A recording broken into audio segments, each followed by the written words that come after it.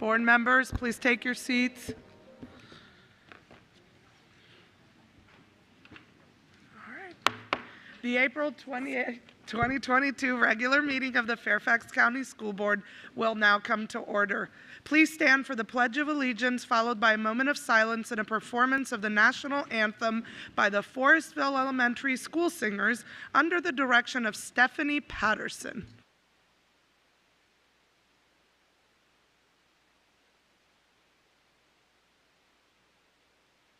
Pledge allegiance to the flag of the United States of America and the republic for which it stands, one nation, under God, indivisible, with liberty and justice for all.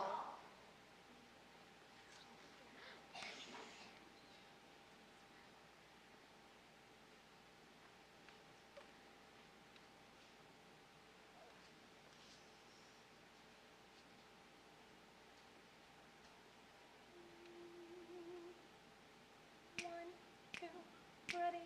Oh, say, can you see by the dawn's early light what so proudly we hailed at the twilight's last gleaming, whose broad stripes and bright stars through the perilous fight o'er the ramparts we watched were so gallantly streaming, and the rocket's red glare, the bombs bursting in air, gave proof through the night that our flag was still there.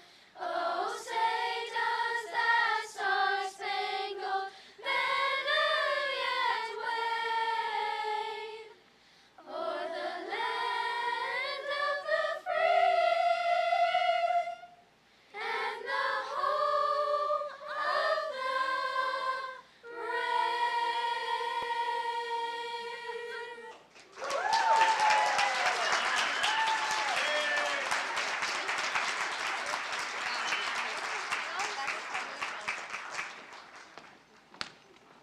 Thank you.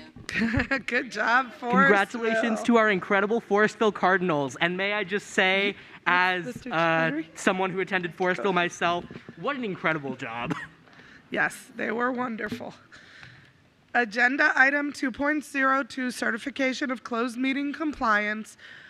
In order to comply with section 2.2-3712D of the Code of Virginia, it is necessary for the board to certify that since the Fairfax County School Board convened a closed meeting on April 28, 2022, to the best of each member's knowledge, only public business matters lawfully exempted from open meeting requirements and only such public business matters as were identified in the motion convening the closed meeting were heard, discussed, or considered by the board during the closed meeting. Is there a motion? Moved by Ms. Amesh, seconded by Ms. Corbett-Sanders.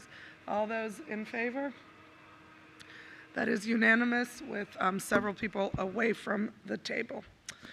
If I could ask the board clerk to please turn on the virtual. Thank you.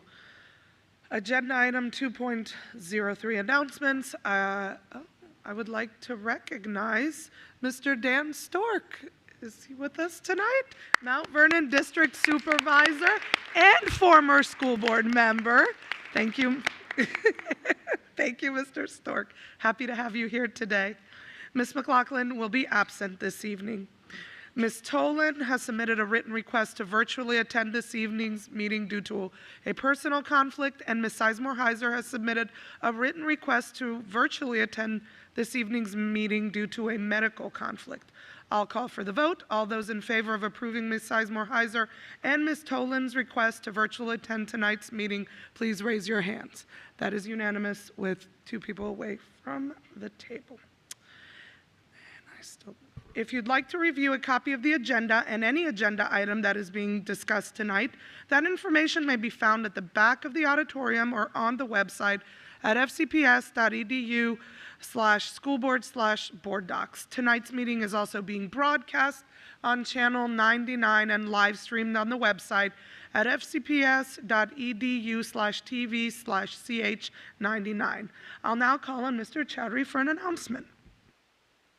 Administrative Professionals Day, April 27th, 2022. Administrative Professionals Day highlights and recognizes the important work of secretaries, administrative assistants, executive assistants, personal assistants, receptionists, and other administrative support professionals. Central to any organization, these professionals keep an office organized and efficient. FCPS is grateful for our dedicated administrative professionals, and may I add, that includes our wonderful board clerks. Teacher Appreciation Week, May 2nd through 6th, 2022. Teachers are real-life superheroes. They educate, innovate, encourage, and support our children each and every day. Our teachers are committed to ensuring that all children develop their full potential for academic achievement and are influential in fostering students both healthful self-concepts and a sense of civic responsibility. Fairfax County Public Schools values the skills, creativity, and professionalism that characterize our teachers. Please take a moment to thank a teacher. Thank you, Mr. Chowdhury. Agenda item 2.04, introduction of Assistant Superintendent of Human Resources. I'll call on Dr. Brabrand for that introduction. Thank you, Chairman Pekarsky, members of the school board and community. Good evening, everyone. It is my honor to formally introduce our new Assistant Superintendent for Human Resources, Dr. Sherry Wilson. Dr. Wilson is a seasoned educational leader with 11 years of high-level HR experience. She has a wide range of experiences in K-12 education. Before her leadership roles in HR, she was a classroom teacher, an assistant principal, and a principal. She's worked hard to ensure fair and equitable treatment and access, opportunity, and advancement for all employees and for all candidates for employment. In the interest of transparency, she put in place a data dashboard to provide real-time demographic data within school buildings. She's made a measurable impact to expand recruitment and retention initiatives in Chesapeake schools, one of the largest divisions in the Commonwealth of Virginia, implementing virtual school tours where prospective teachers had the opportunity to observe schools, classrooms, and teachers and students in real time.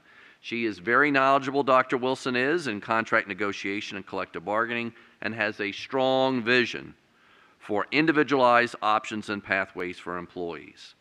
I have the utmost confidence in Dr. Wilson's ability to leverage her considerable experience to help move Fairfax County Public Schools forward, to remain a leader in 21st century education, and be the premier workforce that we talk about in our strategic plan. Her demonstrated leadership abilities, coupled with her understanding of workplace motivation, employee relations, and the challenge of recruiting and retaining top talent, which is crucial in these moments in time today, will serve us well in Fairfax County Public Schools for years to come. Ladies and gentlemen, I have the high honor and great privilege to introduce to you Dr. Sherry Wilson, our new Assistant Superintendent for Human Resources.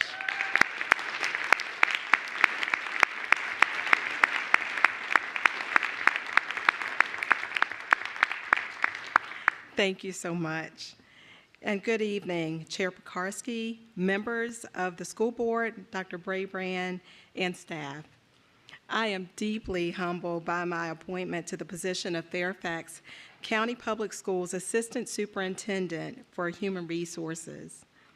As you've heard, I have many years of experience as a classroom teacher, school administrator, human resources assistant director, and director.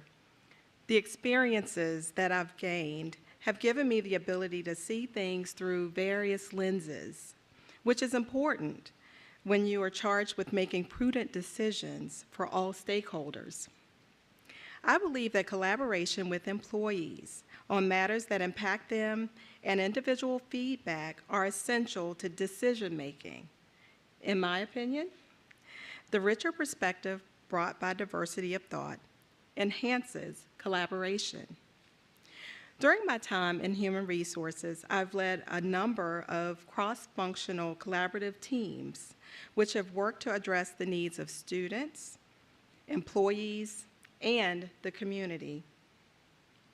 Through these efforts, these teams were able to eliminate barriers to employment through innovative recruitment efforts, which included access to and assistance with technology throughout the recruitment and hiring processes, facilitate the design and implementation of career ladders for teachers, bus drivers, and paraprofessionals, and implement new technologies such as a new HRIS software to support efficient and effective HR processes and practices.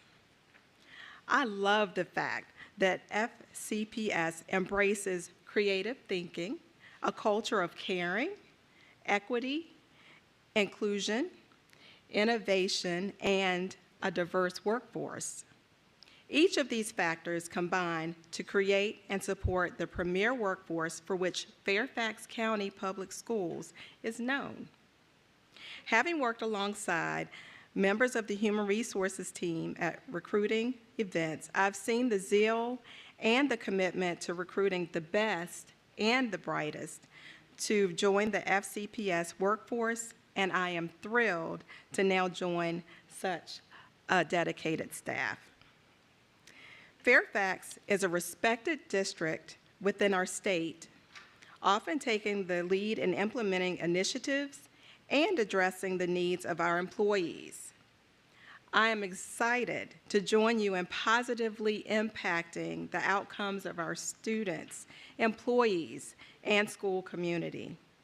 As Assistant Superintendent of Human Resources for Fairfax County Public Schools, I am committed to improving the quality of services, products, and processes within the district, and look forward to working alongside all of you in fostering a responsive, caring, and inclusive culture where all feel valued, supported, and hopeful, and to upholding the standards, skills, and attributes that the FCPS board has outlined. I am thrilled to be a part of the Fairfax County Public Schools community and eager to join the Human Resources team in sourcing, recruiting, supporting, and retaining exceptional employees. And I thank you.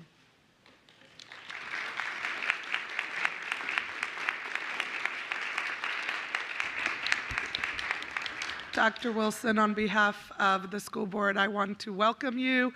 We are excited to have you here. Your expertise and your passion, and yours is a very integral position when it comes to the success of our students, our staff in this district, and with our amazing staff, we know you're going to do wonderful things. Welcome. Thank you. Agenda item 2.05, Autism Acceptance Month Recognition.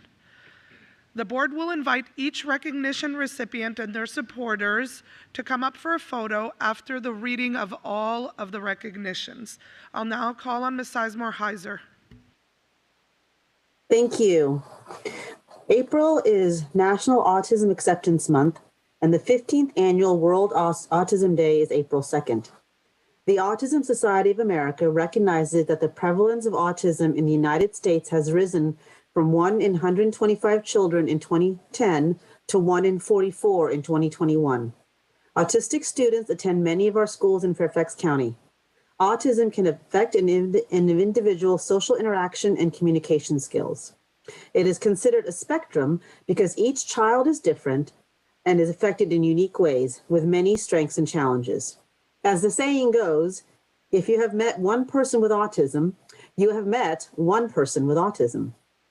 National Autism Acceptance Month provides an opportunity for families, friends, and local communities to increase awareness and acceptance of autism and celebrate the unique aspects and talents of all autistic individuals. The Autism Society's, quote, Celebrate Differences, end quote, campaign focuses on providing information and resources for communities to be more aware of autism, promote acceptance, and encourage increased community partnerships with businesses, organizations dedicated to building more inclusive experiences. Many also believe it is time to move from autism acceptance to promoting neurodiversity, which is the concept that there are many diverse ways of experiencing the world, of thinking and behaving, and these differences are not deficits, but part of the diversity of the human experience. Agenda item 2.06, Better Hearing and Speech Month recognition. I call on Ms. Keys-Gamarra. Better Speech and Hearing Month is observed in May annually to increase awareness about communication disorders and hearing health. An estimated 42 million people have communication disorders, and they impact 1 in 10 families.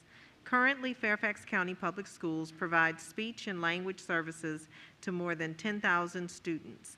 Audiologists and special education teachers also serve more than 500 deaf and hard of hearing students in class-based programs via base school itinerant services and in early childhood programs.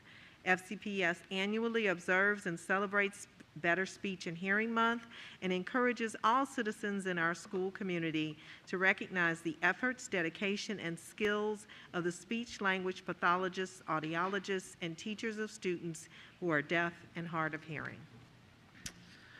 Agenda item 2.07, Children's Mental Health Awareness Week recognition. I'll call on Dr. Anderson. Positive mental health is essential to a child's healthy development. Yet over 1 in 5 children and youth in the U.S. have a mental health issue, and only half of children and youth with behavioral health issues receive treatment. This has a profound, immediate, and lasting impact on our community. The COVID-19 pandemic created additional barriers to accessing treatment and had a wide-ranging impact on the mental health of children and youth. Fairfax County Public Schools is a partner with county agencies and nonprofit organizations in the Healthy Minds Fairfax initiative to increase awareness of signs of mental distress and to address barriers to accessing services through the coordination of prevention, early intervention, and treatment services.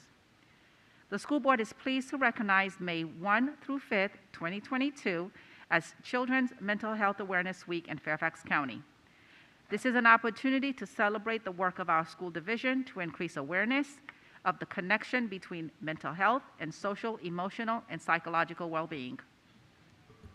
Agenda item 2.08, School Nutrition Employee Week recognition. I call on Ms. Dernack Koufax. Thank you, Madam Chair. School nutrition professionals in Fairfax County Public Schools have proven to be much more than dedicated employees who prepare and serve fresh, healthy, and nutritious meals.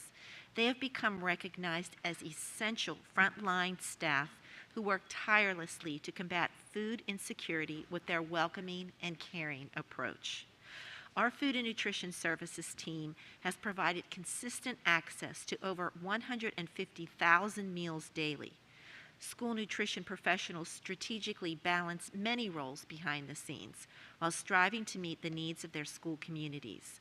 These thoughtful employees offer valuable contributions that enhance FCPS's premier education system and care for our most vulnerable families every day. They provide truly meaningful work worth celebrating. Thank you to all of our FNS employees. Agenda item 2.09, Asian American and Pacific Islander Heritage Month resolution. I call on Ms. Marin.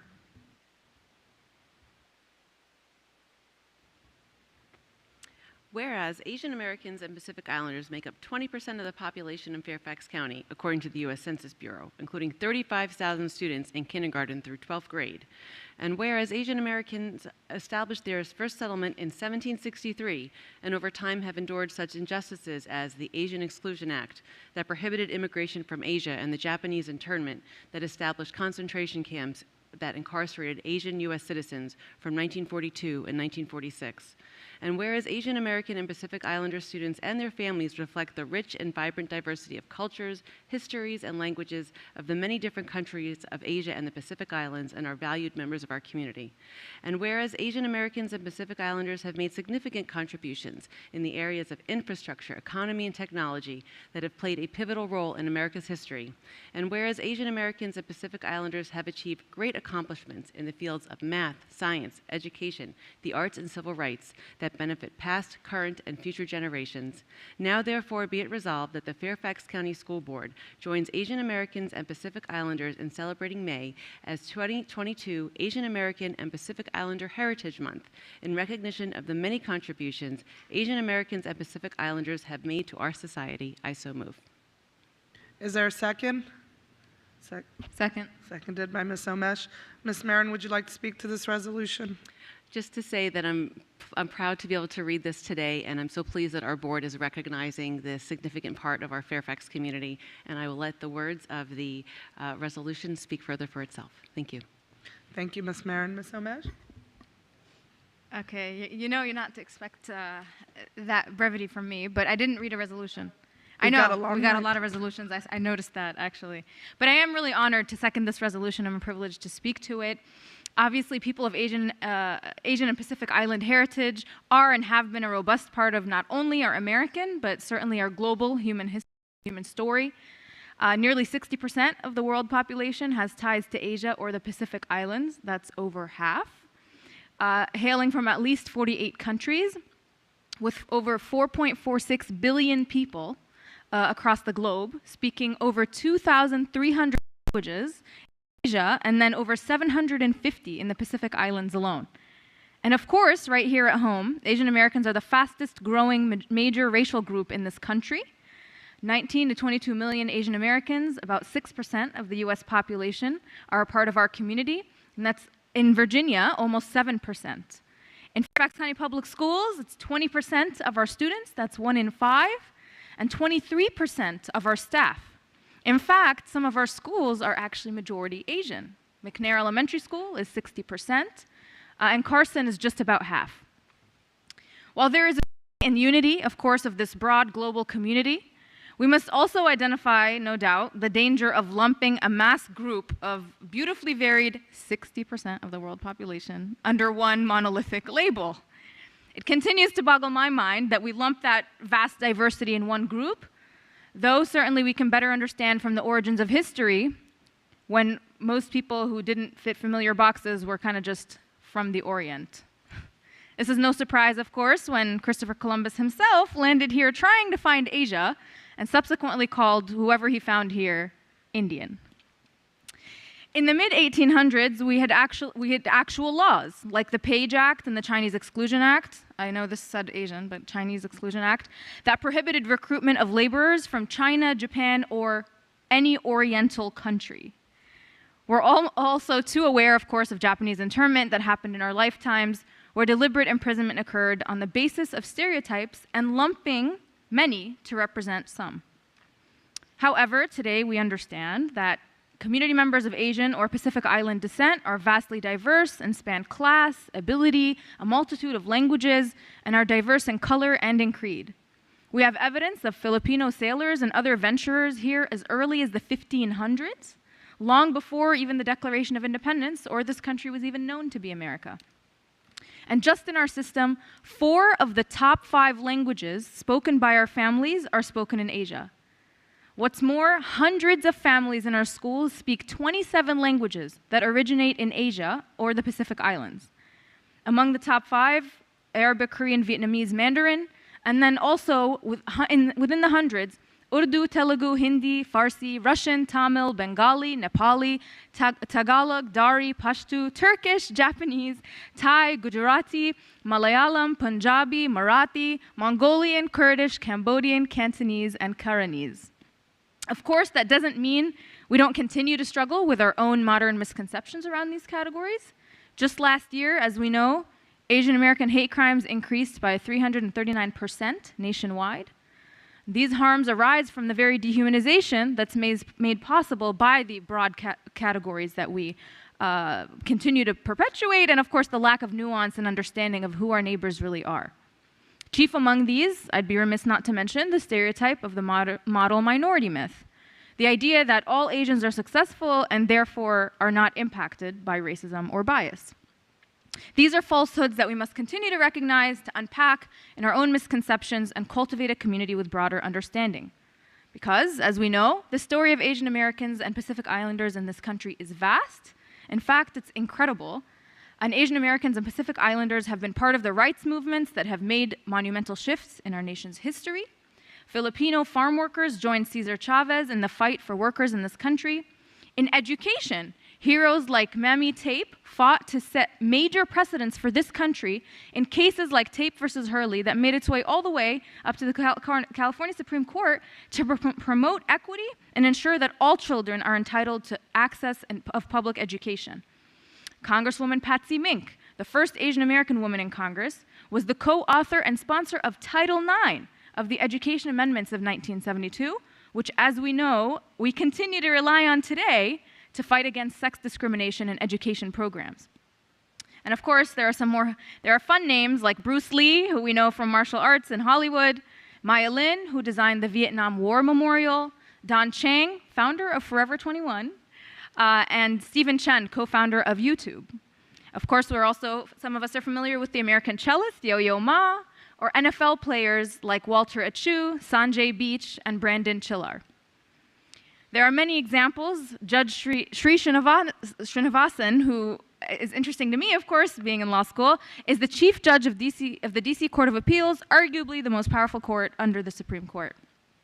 And of course, we have our Vice President, Kamala Harris. In our community, there's no doubt it's important to recognize Mr. Ilyang Moon, who's been on this board almost as long as I've been alive, and who's dedicated his many years, and my own colleague, Ms. Sizemore Heiser, who is our vice chair, as leaders of Asian American and Pacific Island descent. Finally, within our own division, Ms. Esther Koh, our Auditor General, Mr. Gautam Sethi, our Chief Information Officer, Dr. Grace Taylor, who I believe is half Asian descent, Sona Rawari, our own board counsel, Diensen Ho, our tech specialist who works in our school board office, and so many others who are parcel of our team and of making this system the incredible system that it is. I'm so excited to celebrate them, as well as some of our friends who set up this room for us today and who will be cleaning it up after us, Sung Kim and Jin Lee. So I want to wish everyone a happy Asian American and Pacific Island Heritage Month and hope that we will continue to reflect on the various contributions and aspects of our collective heritage throughout this month. Ms. Sizemore Heiser. Thank you, and I will try to be brief. Ms. Somesh, thank you for that wonderful history and rendition of the many achievements and that Asian Americans have provided in the United States. And I just wanted to say, as someone who's Asian American, it is a difficult history. It is difficult sometimes in the United States. There's a lot of, I will say, not understanding, and it's been really wonderful in my years in this country to see the level of understanding grow. And recently I saw a video on Facebook of International Night at Thomas Jefferson and a dance by the TJ Indian American group. And it was a Bollywood style dance, and it was danced by students of all different backgrounds and races at TJ. And I thought how wonderful that when I was growing up in this country, things that nobody knew about, nobody understood, are now ingrained in the cultures and diversity of our schools.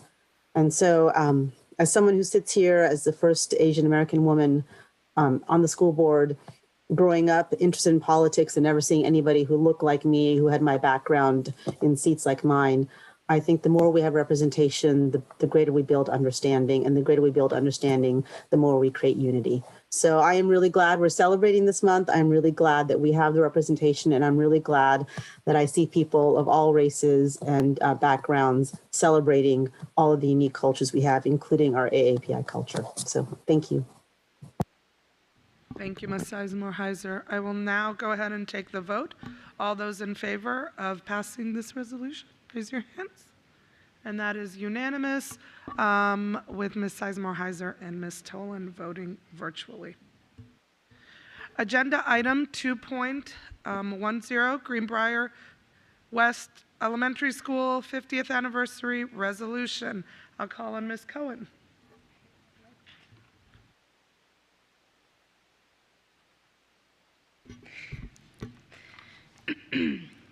Sorry, my computer would not cooperate. Whereas Greenbrier West Elementary School proudly celebrated its 50th anniversary on March 26, 2022, and its reputation for providing generations of students from a richly diverse community and an excellent academic foundation. And whereas for 50 years, Greenbrier West Elementary School has provided a safe, caring, inclusive, and supportive environment for all students to learn and grow by providing a rigorous education to students through general education, advanced academics, special education, English speakers of other languages programs, and the Young Scholar program. And whereas Greenbrier West Elementary School works collaboratively with faculty, parents, PTA members, local government, and surrounding schools to instill a fierce love of learning in the classroom, community, and outside of the classroom by providing students with access to a wide array of academic competitions to include the areas of math, spelling, geography, art, and reflections, and extracurricular activities including strings, band, and chorus, as well as after-school programs and other fun activities such as talent shows. And whereas the dedicated faculty of Greenbrier West Elementary School has a long history of working to include all students, such as their most recent inclusion of welcoming more area students with disabilities to join their neighborhood school by expanding their programming to include an intellectual disabilities severe classroom. And whereas Greenbrier West Elementary School has always been a community in that staff, students, and the community are loved in a way that feels like a big, happy family, with a long history of volunteerism, community events, and have prided themselves in creating a strong community that is bound together by their love. Now, therefore, be it resolved that the Fairfax County School Board honors Greenbrier West Elementary School on the occasion of its 50th anniversary, commends the school on its history of providing educational excellence and enrichment opportunities to the students and community, and conveys its most heartfelt best wishes for a successful anniversary celebration. I so move. And I will be seconding this resolution. Ms. Cohen, would you like to speak? I feel like I should just leave room for you to get to speak because, as you will hear, Ms. Pekarsky, even though I get the honor in the Springfield District of sending more kids to Greenbrier West, my Sully District friend sent her own kids there. So I just want to say I feel so grateful to be a small part of Greenbrier West.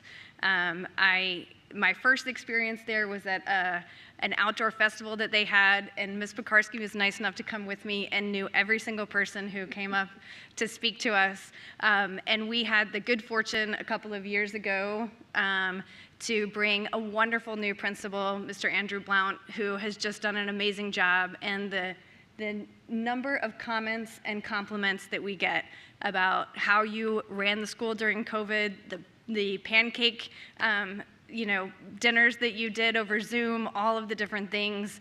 The minute you walk into Greenbrier West, you know that it is a true family and true community, and we feel it. And so thank you so much.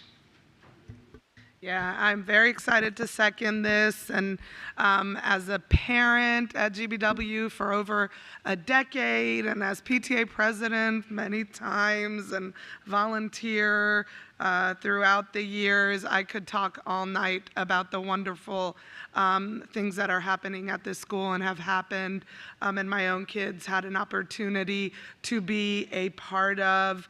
But I will just say it was my pleasure to be part of this celebration at the school, and administration brought the whole community. It was amazing just how ingrained the school is in the community. There were hundreds of people there, principals that had been there throughout the years all came back, even from outside of the United States, came back.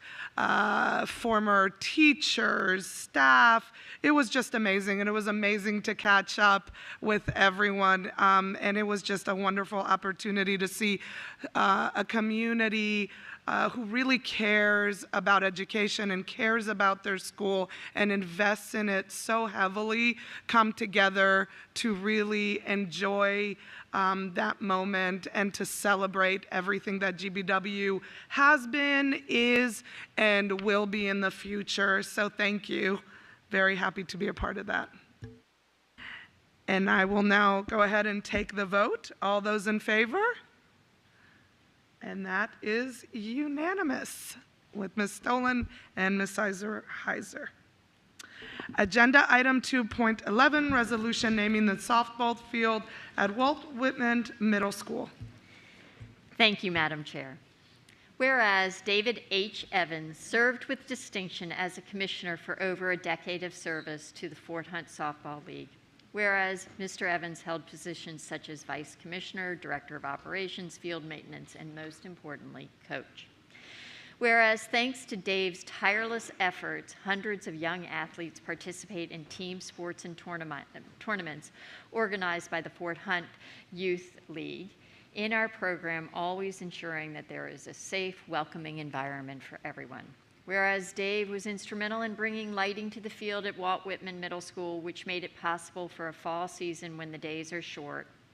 Whereas an advocate, community leader, servant to others, a true champion in bringing the school and community together through his passion of sports, his unwavering dedication on and off the field, day or night, weekday or weekend, has encouraged each student to reach their potential.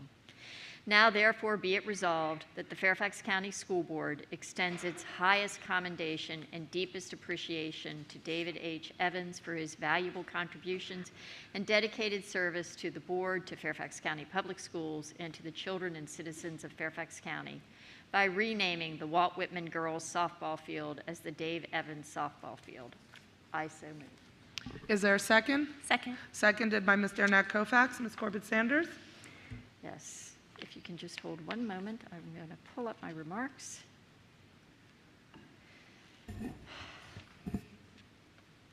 We know that children that have an adult in the community who takes an interest in them and their success will have a greater chance of succeeding in school.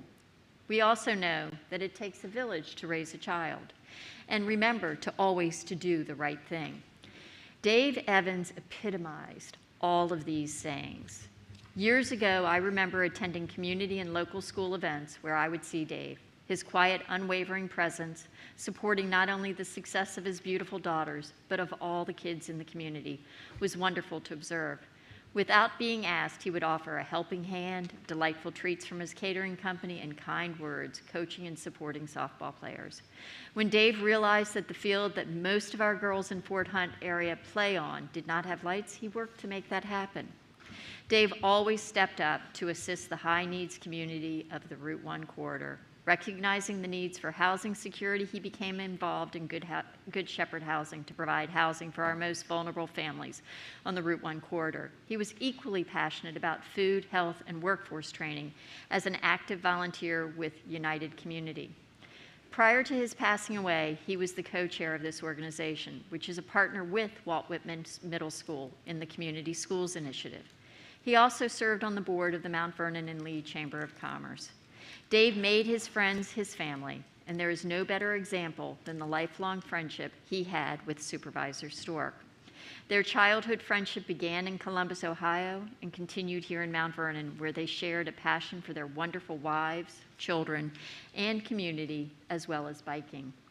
Dave's ties to Walt Whitman with United Community and the Fort Hunt softball make it especially appropriate to name this field in his honor.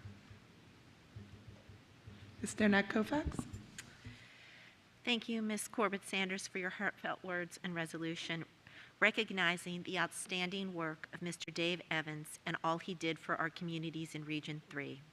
It's always humbling to be able to learn about and recognize the contributions of valuable community members in our FCPS division.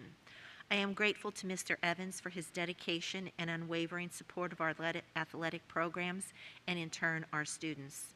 It's wonderful to see the outpouring of support from the Fort Hunt community who want to honor his outstanding devotion and his love of softball, but also his many other contributions throughout the Mount Vernon community, including in our schools and helping many others in need. I know that many miss his amazing work, and I hope it brings both happiness and peace when the community comes to watch a softball game at the Dave Evans softball field at Whitman Middle School. Thank you. I will go ahead and call for the vote. All those in favor? And that vote is unanimous with Ms. Sizemore Heiser and Ms. Tolan virtual. Are there any objections from board members to allowing Supervisor Stork to speak briefly to this resolution? Seeing none, Supervisor?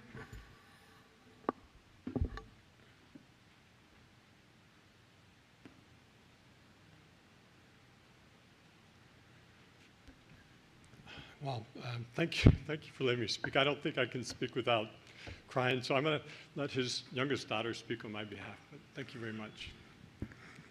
Thanks, Dan. My name's Madeline. I'm Dave's youngest daughter. On behalf of myself and my family, I would like to thank everyone who has worked to acknowledge my father's contributions to his community in this way. He dedicated countless hours of his personal time to Fort Hunt youth and Fort Hunt softball specifically, and it means a great deal to our family to have his name on the softball fields at Walt Whitman. So thank you very much. Thank you. And thank you all for your recognition of him, and especially Karen Corbett Sanders. I particularly appreciate Tammy. Thank you very much as well. And thank you, Craig, for your support consistently throughout. It's been wonderful, and looking forward to the dedication of the field. But thank you all for giving him that honor and that opportunity. Thank you all. Thank you.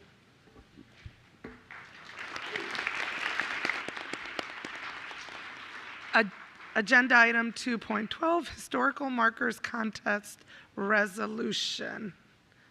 And I will call on Mr. Frisch for this resolution.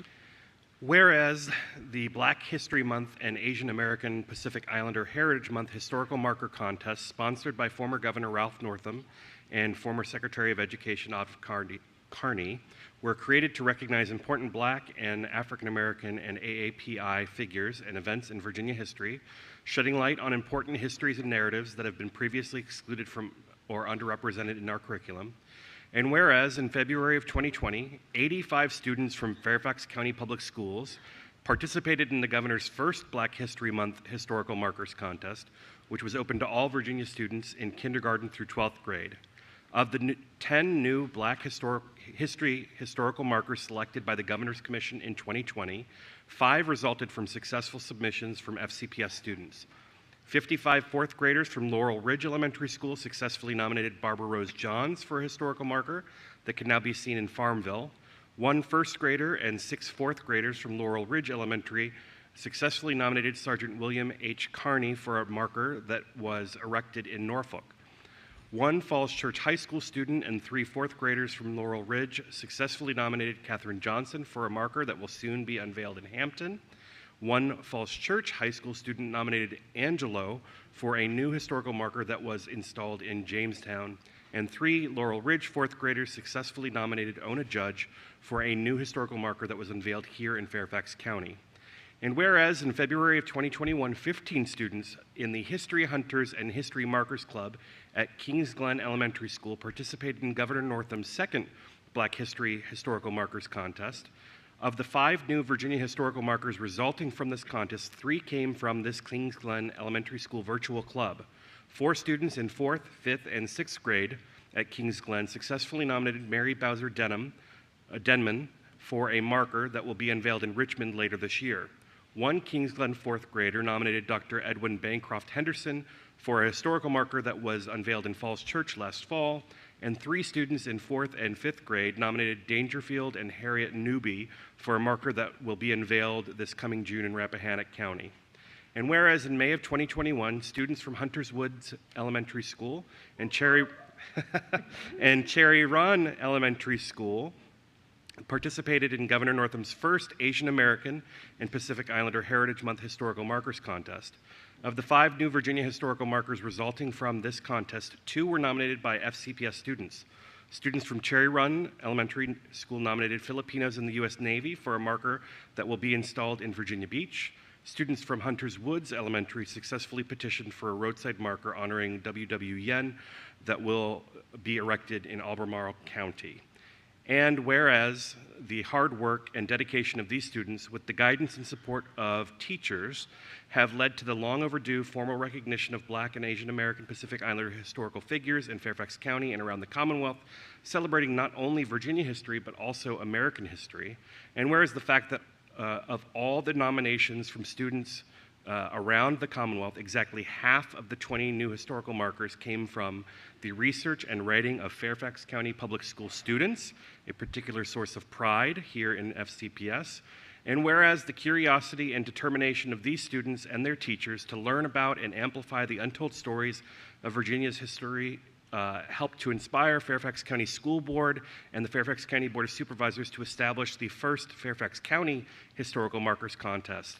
And now, therefore, be it resolved that Fairfax County Public Schools hereby officially recognizes students and educators from Laurel Ridge Elementary School, Kings Glen Elementary School, Hunters Wood Elementary School, Cherry Run Elementary School, and Falls Church High School in appreciation for their extraordinary achievements in uncovering and amplifying the histories of underrepresented communities in Fairfax County and across the Commonwealth.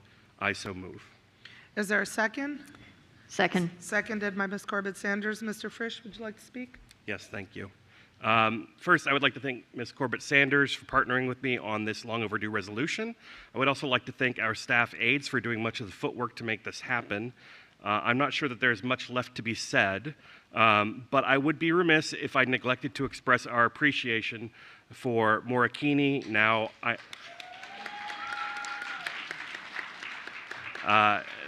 Island Creek Elementary, Kristen Jones of Falls Church High School, Michaela Puzio, now of Mosaic Elementary, and all of the other educators who helped these students uncover remarkable figures from our Commonwealth's history. I am thrilled to finally recognize these students and educators tonight for going above and beyond to ensure that these important figures from our past will never be forgotten. Whether you're in Central Virginia, Virginia Beach, or right here in Fairfax County, you can see their hard work on display with these roadside markers. I am incredibly proud of every one of our students. Not only have they made an impact that will last for generations to come, but they have also inspired the first Fairfax County Historical Markers Contest. That contest now underway and is close to wrapping up. And we can't wait to see all of the great figures from Black and African American history that are uncovered by our students here in Fairfax County. So to the students, educators, and family members joining us tonight for this resolution, thank you. And to all the students participating in this year's Fairfax County Historical Contest, I can't wait to see everything you've discovered this year. Ms. Corbett Sanders. Thank you, Madam Chair, and I will try to be brief. So I had an amazing history teacher here in Fairfax County whom said that history was the story told by the writers of the history books, and that to truly understand history, you had to research history from multiple perspectives to understand his and her story, or his history. I do not know of a better example of this than in the establishment of the Historical Markers Program here in Fairfax County and in the state of Virginia. As the resolution notes, half of the markers have been designated as a result of the hard work of the students in Fairfax County Public Schools. And school-based leaders, such as those that were mentioned by my colleague, Mr. Frisch, are the ones that inspired our students to become history hunters. This fun project, initiated by Maura Keeney, a Mount Vernon resident, now the librarian at Island Creek, is one that sparked a deeper examination of the stories of historical figures that have not traditionally been included in our history books or on markers that have been prevalent in the past. The Ona Judge marker across from George Washington's Mount Vernon is a good example of that. Ona's story is now prominently displayed across from the entrance. And I know that the students that passionately undertook their research, which resulted in these markers, will forever have a love of history, a love of learning, and they will forever be history hunters. So thank you. Ms. Cohen. Thank you. A couple of years ago, an amazing teacher and wonderful friend, Maura Keeney, worked really hard to figure out, just like so many teachers and SBITs and librarians and IAs and every person in our building, to figure out how to make virtual learning fun and how to engage students who were feeling so disconnected from the world. And this was a piece of that, finding out a way to have something tangible but safe in the COVID world to come out and be able to come together and research all of these people and then turn it into something real. And many people said to me that the first time that they left their house and did anything public during COVID was to be able to come out for the dedication ceremony. And how excited they were. They were excited about the marker, but also I know how excited you guys were just to see each other. And this is just such an amazing thing, but I also felt I would be remiss not to mention that this was part and parcel of all of the incredible work outside of the things that we normally expect our staff who were busting their tushes to make this all work during virtual, who came up with this outstanding idea to make history real for our kids in all their free time. So thank you so much. Thank you to Maura. Thank you to everybody out there who was a big piece of this and making it happen. And of course, I have to say something about Cherry Run, one of the smallest schools in our county, and as many of you know, where my own kids went to school. So congratulations, Cherry Run, and all of the other amazing schools represented. We're so glad to get to have you here. Congratulations, kids. Ms. Keys-Gamarra. Thank you. I too just want to give a brief thank you because I actually quite unexpectedly came across one of these markers this week as I was entering a court for work, and it stopped me in my tracks. It had not been there before, and it was celebrating the first stop of the Freedom Riders in 1961. Which, as you know, they participated in some of the protests to try to bring greater democracy to our nation, and many of those were students. So I just want to thank you because it was history becoming alive for me, and it stopped me dead in my tracks. And it mentioned a person who, on my first job after high school, I had written an article about. So it just really warmed my heart, and I just thank you guys for being a part of that whole process. Thank you. And we will go ahead and take the vote, but I would just like to remind everyone that after this vote, we will be inviting the different groups to join us for a photo. All those in favor of this resolution? Raise your hands. That is unanimous with Ms. Sizemore-Heiser and Ms. Tolan virtual. Mr. Frisch? Okay, I'd like to invite the students, families, and staff in support of the Historical Markers Contest resolution to please join us for a photo with the board, and I'll ask my colleagues to please remain in the front for the upcoming photos.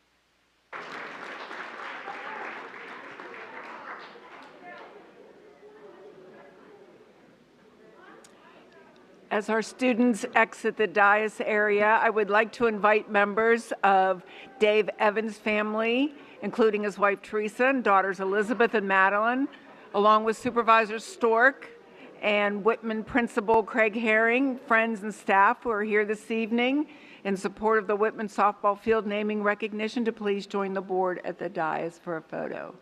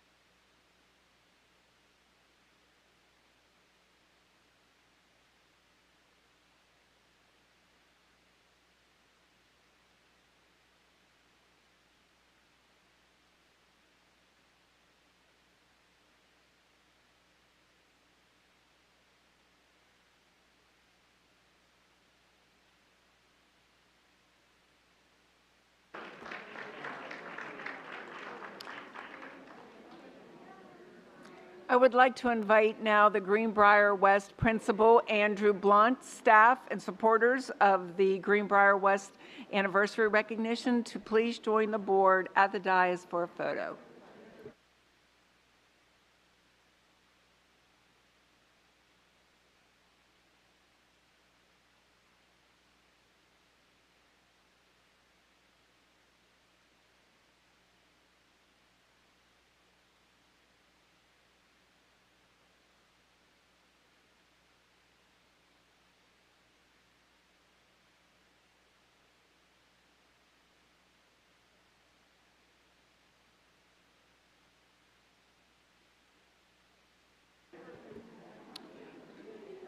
All those who are here in support of the Greenbrier West resolution, please join the board at the dais for a photo. Okay.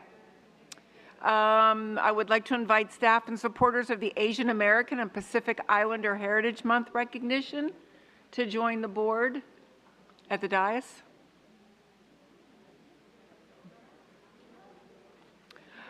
I would like to invite staff and supporters of the Autism Acceptance Month recognition to the dais for a photo with the board.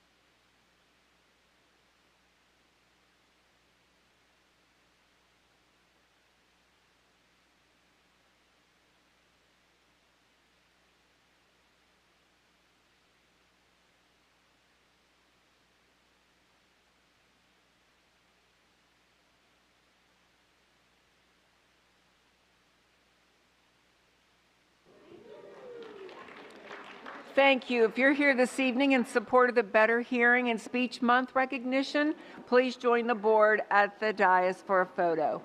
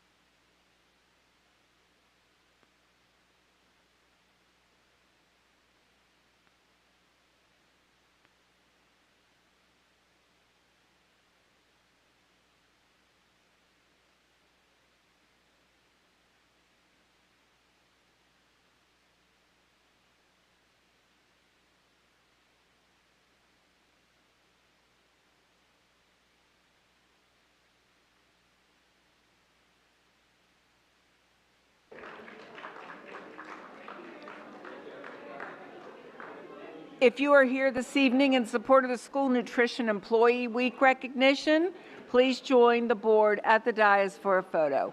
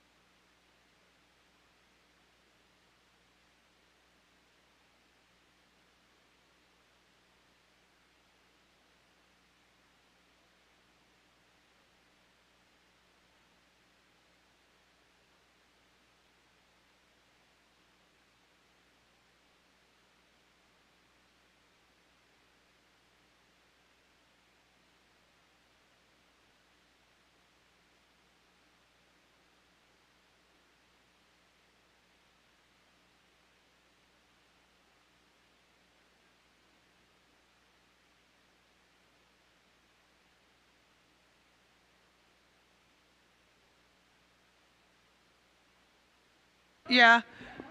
Can we please invite everyone who is here for Mental Health Awareness Month to come on down? We apologize. We lost track.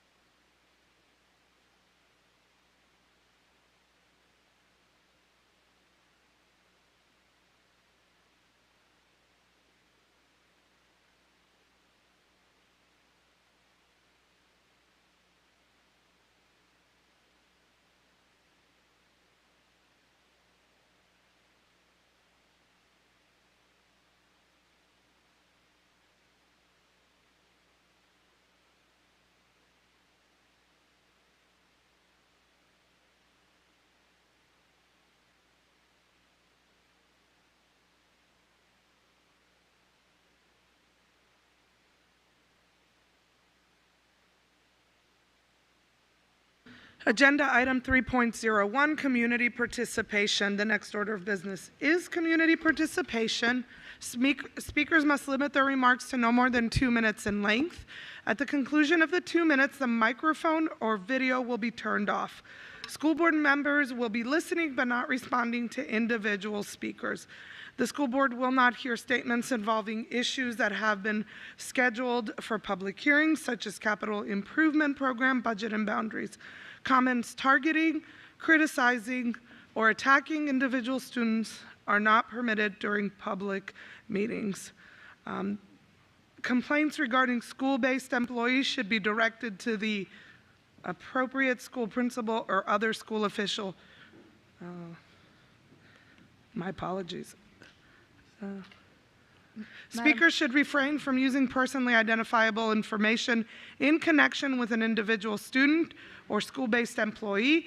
Additionally, speakers should be respectful and observe proper decorum in their statements, avoiding profanity, inappropriate gestures, shouting, and comments that run counter to the spirit and letter of the school division's non-discrimination policy.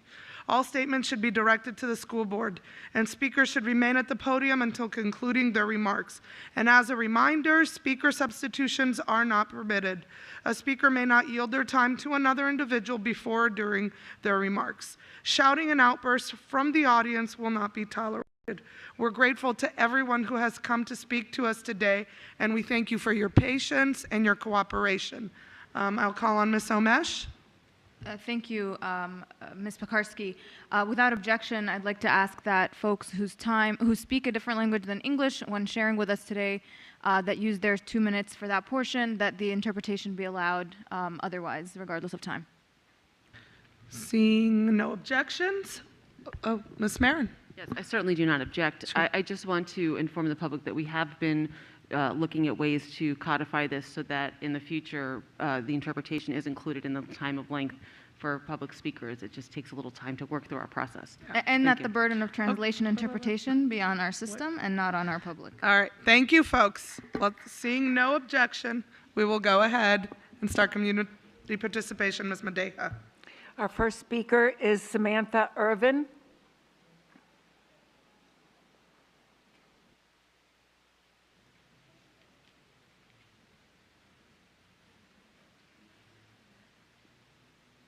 Hello, my name is Samantha Irvin, and I'm an 8th grader in FCPS. I believe our current dress code is pushing harmful ideas towards students, particularly girls.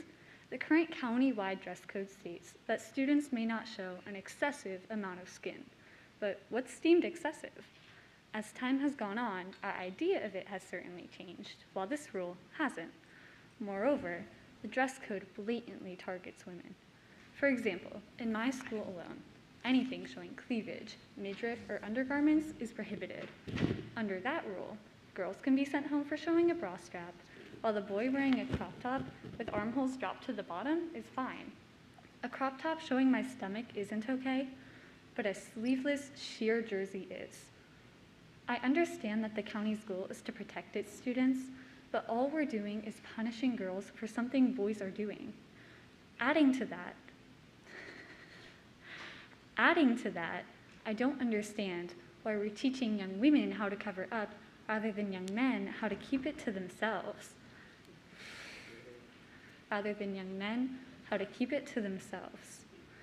I understand that the county's goal is to protect its students, but I think there's a much better way to do this. I'm asking the board to change its ways and for the time to be updated. Students should be able to show thigh, back, stomach, shoulders, and collarbone, and skin-tight garments shouldn't be considered scandalous. It's about time that we stop pushing toxic messages onto minors. Students aren't attention-seeking, disruptive, or distracting the boys. Change has always won in the past, so I'm asking FCPS to be one of the first to live it.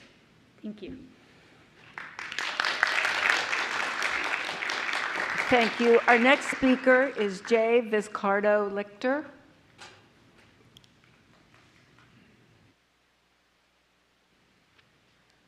Hello, my name is Jay Vizcardo-Lichter, and I'm a freshman at Oakton High School. I'm an advocate with the Pride Liberation Project, a nonprofit organization that works to support and protect queer students in the Commonwealth. Since 1977, teachers have been fighting for collective bargaining. Recently, a bill was passed overturning the blanket ban for county employees' right to collective bargaining. However, this does not extend to school employees, such as teachers and faculty. Including teachers' voices in decisions and policies with the new superintendent is crucial, and we ask that the school board work with employees to bring a resolution draft to the public as soon as possible. If teachers are not able to have employment security and a voice in critical decisions, they cannot adequately support students like me. The positive effects of teacher-student relationships, especially with marginalized students, are plentiful, as evidenced by studies such as the effects of the teacher-student and academic press on student engagement and academic performance. This study showed that students were more behaviorally and emotionally engaged, as well as performed better academically when they had positive teacher-student relationships. Students, especially queer students, pose a higher risk for mental illness, and teachers can play a vital role in supporting and encouraging students. In one example, a friend of mine has had teachers help her grow not only academically, but as a queer student. Teachers affirming and creating a safe environment for queer and marginalized students is so important to our growth. Our teachers play a major role in our development as young adults learning to navigate life. Please make our teachers a priority, not just with salary increases, but with dedicated engagement on issues that truly affect them and their well-being. The opportunity to lift up teachers' voices or the resolution for collective bargaining for teachers has been delayed long enough. We support FEA and FCFT in the expectation for a resolution draft before the end of this school year. Thank you for your time. Thank you. Our next speaker is Emily Vanderhoff.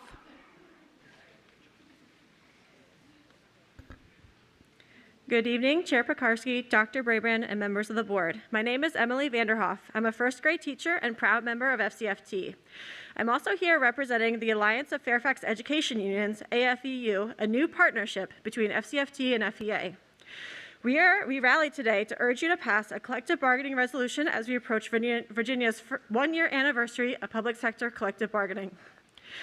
I know thus far the board has been hands-off with the resolution, while a work group of employee associations and FCPS staff work out draft language.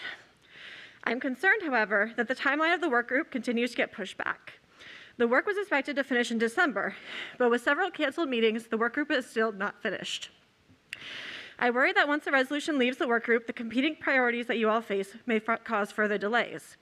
I was here in February 2020 when you all voted to remove anti-collective bargaining language from your legislative program. One by one, you spoke about how important collective bargaining is to you, from stories of family members who benefited to being a union member yourself. I hope that when the draft language leaves the work group, the passion with which you spoke 2 years ago will translate to a smooth and speedy process of passing a strong resolution. Collective bargaining gives the people closest to an issue a voice in how it's resolved. A perfect example is the need for collective bargaining is elementary planning time. In the February STAC meeting, Dr. Brabrand said he's working with the principal associations on a solution. I've worked on planning time issues with FCFT committees for over 2 years, and I've been speaking and writing to this board with our solutions since January 2020. On multiple occasions since February, we've asked that the other associations be part of the conversation, but we have not received a response. While district admin and building level administrators have a unique and important perspective on the issue, you can't understand the complete picture until you involve the teachers, the specialists, the IAs, and the monitors who will be directly impacted and can share how the policy will look in practice with students. We urge you to prioritize passing a strong collective. Thank you. Our next speaker is Chauncey Houston. Chauncey Houston.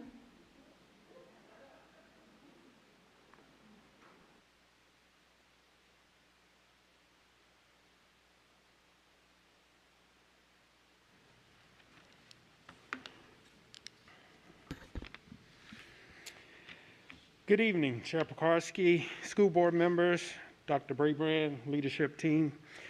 I am Chauncey Houston, the proud son, grandson, nephew, cousin of support staff and educators. Now I'm honored to be the husband of a current educator. You see, I was a small child dipped into the waters of education, protected from knowing the effects of systemic racism, realized the opportunities of an almost truthful education. I was surrounded by love and a community of educators. Grateful indeed I am. Educators have been very important in my life. It runs through the veins. Growing up, I watched my family members who chose to work in education fight unsuccessfully to have a seat at the bargaining table, to have a fulfilling career of not only taking care of our most precious commodity, but to internally take care of their own precious commodity, their families. Now I am watching my wife and her colleagues who educate and support educate and support struggle to feel supported while making sure students get the education they need and deserve. Collective bargaining would give her and others a respected voice as experts in their field. Remember, this board said it supports employees having the right to bargain, and it will take all parties involved to remember who you do this for and why you are doing it. Trust me, educators do not go into this profession to get rich. They didn't when I was little, and they don't now. They do it to make a difference. Thank you. Thank you. Our next speaker is Julie Hendricks. Julie Hendricks. Our next speaker is Holly Hazard.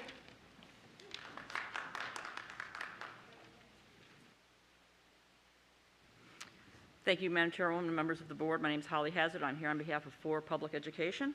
Tonight, I ask the board to consider convening a task force to consider the impact of the lack of civility and respect that we must all endure in order to actively participate in this forum. Civility is not just about comedy. It's a door through which people with different priorities and beliefs can pass through on their way to consensus or compromise. Without it, we're left with the appearance of discourse, but without the more difficult, muddy churning of first, respect for our differences, and then the compromise that's the foundation of our democracy. Giving space and light to repeated, hysterical, mean-spirited theatrics signals approval. It makes the community participation a farce. It teaches our children that the way to change the world is to vilify those with whom you disagree, spew hateful epithets, and create disruption. I'm all in on the First Amendment. However, the chronically cruel, vicious, and almost comical performances that we must all witness and endure, the baiting of the school board members, staff, and audience should have no safe quarter here. Parents decline to attend because it's not a safe space for kids. Parents literally have panic attacks to the ridiculous hostile displays. We should be mirroring behavior that we expect in our children, not behavior that lands you on Fox TV. And this isn't just about you. It's about the health of our community that seems to tolerate the emotional abuse by adults towards other adults and community leaders. We hear a lot from protective moms about the purported damage to their kids due to school policies, the, quote, mama bears, end quote. I advocate that we choose today and now to emulate elephant moms, those magnificent animals who not only protect their own, but also all their other calves. Please stop tolerating the vitriol and abuse that is designed not to better our schools, but to destroy them. Thank you. Thank you. Our next speaker is Walter Serrano.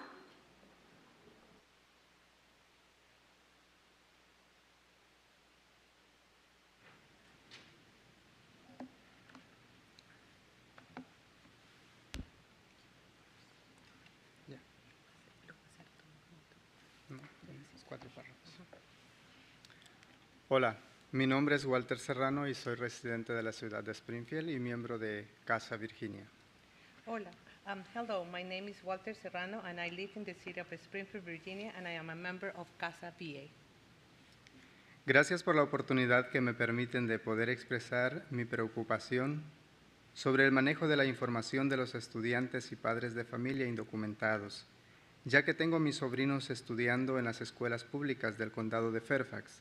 En muchas ocasiones me he sentido preocupado por la inseguridad y el trato que puedan estar recibiendo en las escuelas, ya que siempre queremos que ellos reciban una educación de calidad en el ambiente seguro e inclusivo. Thank you for the opportunity to allow me to express my concerns about the handling of information from undocumented students and parents. Since my nephew in Fairfax County Public Schools, on many occasions I have felt concerned of the safety and treatment they may be receiving in school, since we all always want to have receive a quality education in a safe and inclusive environment. El día de hoy estoy aquí apoyando la política de confianza escolar porque creo que todo estudiante debe ser tratado con respeto sin temor a su información personal pueda ser compartida a funcionarios federales de inmigración. I am here today to support the school trust policy because I believe that all students should be treated with respect and should not fear regardless of their personal information being shared with federal immigration offices. Respetados miembros de la Junta Escolar, por favor voten a favor de este proyecto de política de confianza escolar para mantener a las familias de Fairfax unidas y sin miedo. Todos los estudiantes de Fairfax merecen una buena educación, no estar sometidos a ningún estrés por su estatus legal o de sus padres. Respected school board members, please vote for this school trust policy project to keep Fairfax families together and fearless. All Fairfax students deserve a good education, not to be put under stress by their legal status or their family's legal status. Thank you. Gracias. Thank you. Our next speaker is Paul Berry.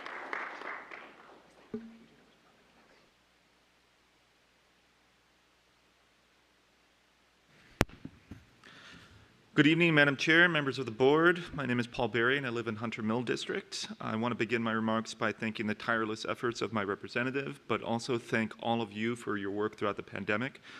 I only have a view into my immediate surroundings in Hunter Mill, but you all deserve to hear the following message as many times as it needs to be said. Your work throughout the pandemic has made our schools stronger, and I thank you for weathering the worst unforeseeable circumstances.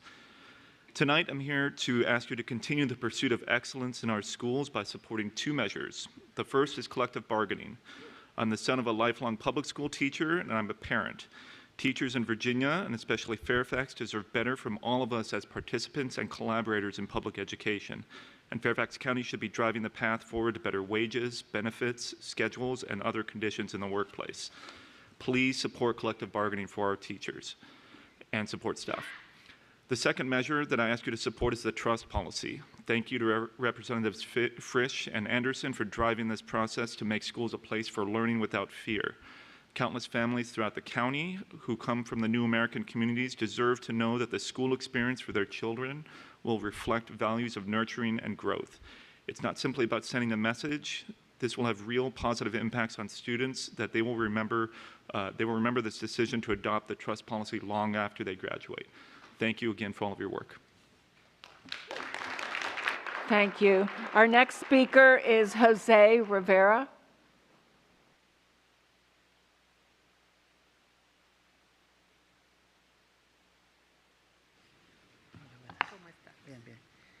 Buenas noches.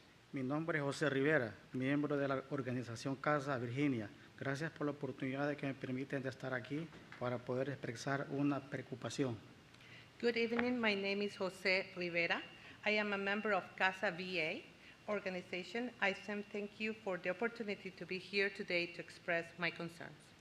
Tengo un hijo de 19 años, actualmente estudia en la high school y como padre tengo el temor de mi hijo sufra discriminación o bullying y a la vez sienta inseguro por tener un estatus migratorio regular en este país.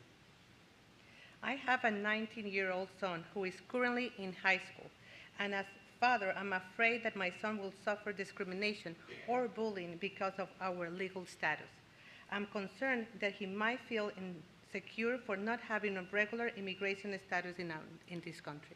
Queremos seguridad en las escuelas para nuestros hijos, ya que llegamos con la esperanza de tener un futuro mejor en este país, pero la mayoría viene con traumas psicológicos e inseguridades por violencia, delincuencia y falta de oportunidades que hay en nuestro país de origen. We want safety in schools for our children.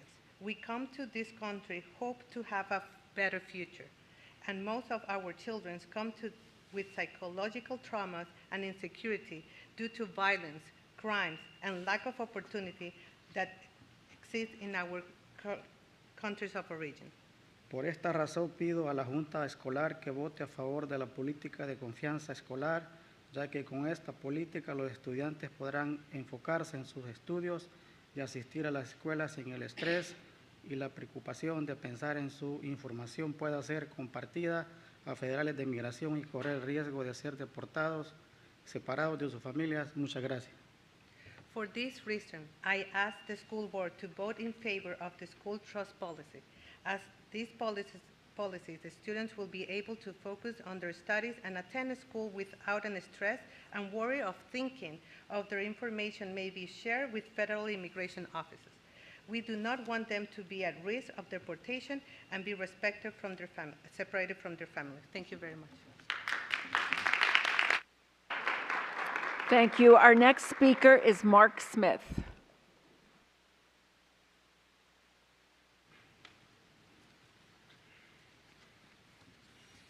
Hi, I've never been to a school board meeting before, so I'm excited to be here. This has nothing to do with what I was planning on talking about, but I didn't know about the kids making the historical markers thing until I came and saw the meeting, and that was the greatest thing I've ever seen ever, and so 10 out of 10, big fan. The thing I am here to talk about is because it's my understanding that FCPS teachers did not get a pay scale increase for the current school year or the school year before that. I would like you to give them those steps. I don't know how, when, or why, but I think they deserve it for what's been going on the last few years. I know you guys are, I think, planning on giving a pay step and a % increase in the budget meeting that you guys have coming up, but I think they deserve it, or at least a plan for like, we'll give you one in 3 years or whatever. Just something that says that for that time that you are going to compensate them for what they should have. So yeah, and especially with Teacher Appreciation coming up next week, you guys said in your announcement that you gave at the beginning of the meeting, Fairfax County Public Schools value the skills, creativity, and professionalism that characterize our teachers. And if that's true, besides giving them a thank you, perhaps you could pay them the steps that they should have. Thank you very much and have a nice day. Thank you. Our next speaker is Dave Hatcher.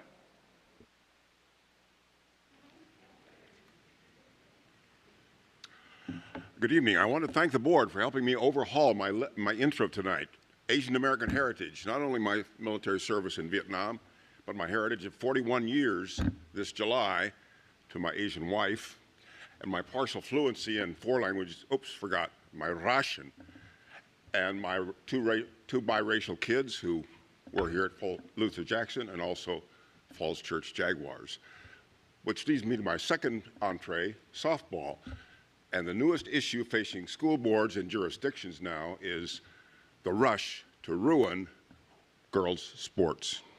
We've all seen the photos side by side of biological males and girl compatriots and captions about these males breaking girls' records by a huge amount. Soon will this destructive effort transcend to other sports like softball or like soccer or like girls lacrosse. And what happens when destructive and serious injuries happen to some of the girls simply because of physical differences, because of muscular and differences between girls and boys? In a word, duh, or chivalry, bah, humbug. So much twisted logic and the misuse of Title IX goes into what's going on. Hypocrisy, pretending that we are leveling the playing field by allowing biological males to dominate girls' sports. So the bottom line is we all should be looking at how to face this issue. Let girls compete against girls, stand up for the spirit of Title IX, renounce the convoluted mental gymnastics where more and more girls are denied. Thank you. Our next speaker is Margarita Brown. Good evening, and thank you, school board members. Many of tomorrow's Fairfax County business and community leaders are currently FCPS students. We all benefit when these students and their families feel wanted and secure. But in a county where more than 30% are immigrants, there are some real challenges. A common theme is fear of the police in their native countries, and that fear has been amplified here in recent years due to the uptick in hate-based crimes and incidents. Fear drives you away and keeps you away. Even when students succeed, their parents may feel marginalized and excluded from participation. Parents can feel afraid to enter school grounds to interact with teachers or to access needed services like food or health care. Families may fear that their information will be used to identify and profile them. Until recently, it was thought that the information of students and their families was well protected by the schools. Then came the data breach, underscoring the need to collect only required information. Subsequent FCPS scrutiny of possible gaps has brought to light the lack of protection around data shared with vendors and contractors. We are also increasingly informed of the data mined by huge contractors such as Amazon that are not bound by government regulations and the purchase of such data by ICE. A chain is only as strong as its weakest link. Thank you for seeking to identify these privacy gaps and to implement solutions to protect the most vulnerable. The school trust policy will help all families in Fairfax to feel safe in the public schools. A vibrant and successful school system promotes robust community engagement, and that benefits all of us in Fairfax County, not just today, but well into the future. Please vote to pass it tonight without amendment for implementation in the upcoming school year. Thank you. Thank you. Our next speaker is Kimberly Adams.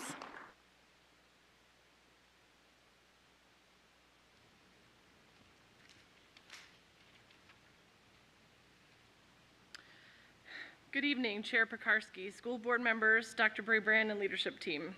My name is Kimberly Adams, and I stand before you as the president of the Fairfax Education Association, a union representing thousands of your employees. Tonight, many of us gathered before this meeting to raise our voices in support of passing a collective bargaining resolution before this school year ends. The process has been clouded by multiple voices, and many of us and our members are even concerned that some on this board may no longer be committed to this right being exercised by your employees. School districts that currently have the ability to bargain contracts have better working and learning conditions. This is about what's best for our students. The Fairfax Education Association and the Fairfax County Federation of Teachers are partnering together to make our employee voices stronger. As the Alliance of Fairfax Education Unions, we are raising our voices together for our students. Negotiated working conditions for your employees will ensure higher quality learning conditions for our students. We are the people who care the most about the lives of our students. We are calling on you to move this process along. Take the information that has been thoroughly shared across the work group and direct your staff attorneys to write the draft language. For some reason, we are nearly 10 months behind the county in developing our language. This is not a message to rush the process along. This is a message to move it forward at a pace that meets our needs. 2 years ago, nearly all of you stood with us as you added support for collective bargaining to your legislative program. We all stood together and got it passed by the legislature. We have had the opportunity to create a resolution staring us in the face for a full year come this weekend. Please get this done now. Thank you. Thank you. Our next speaker is Christian Martinez.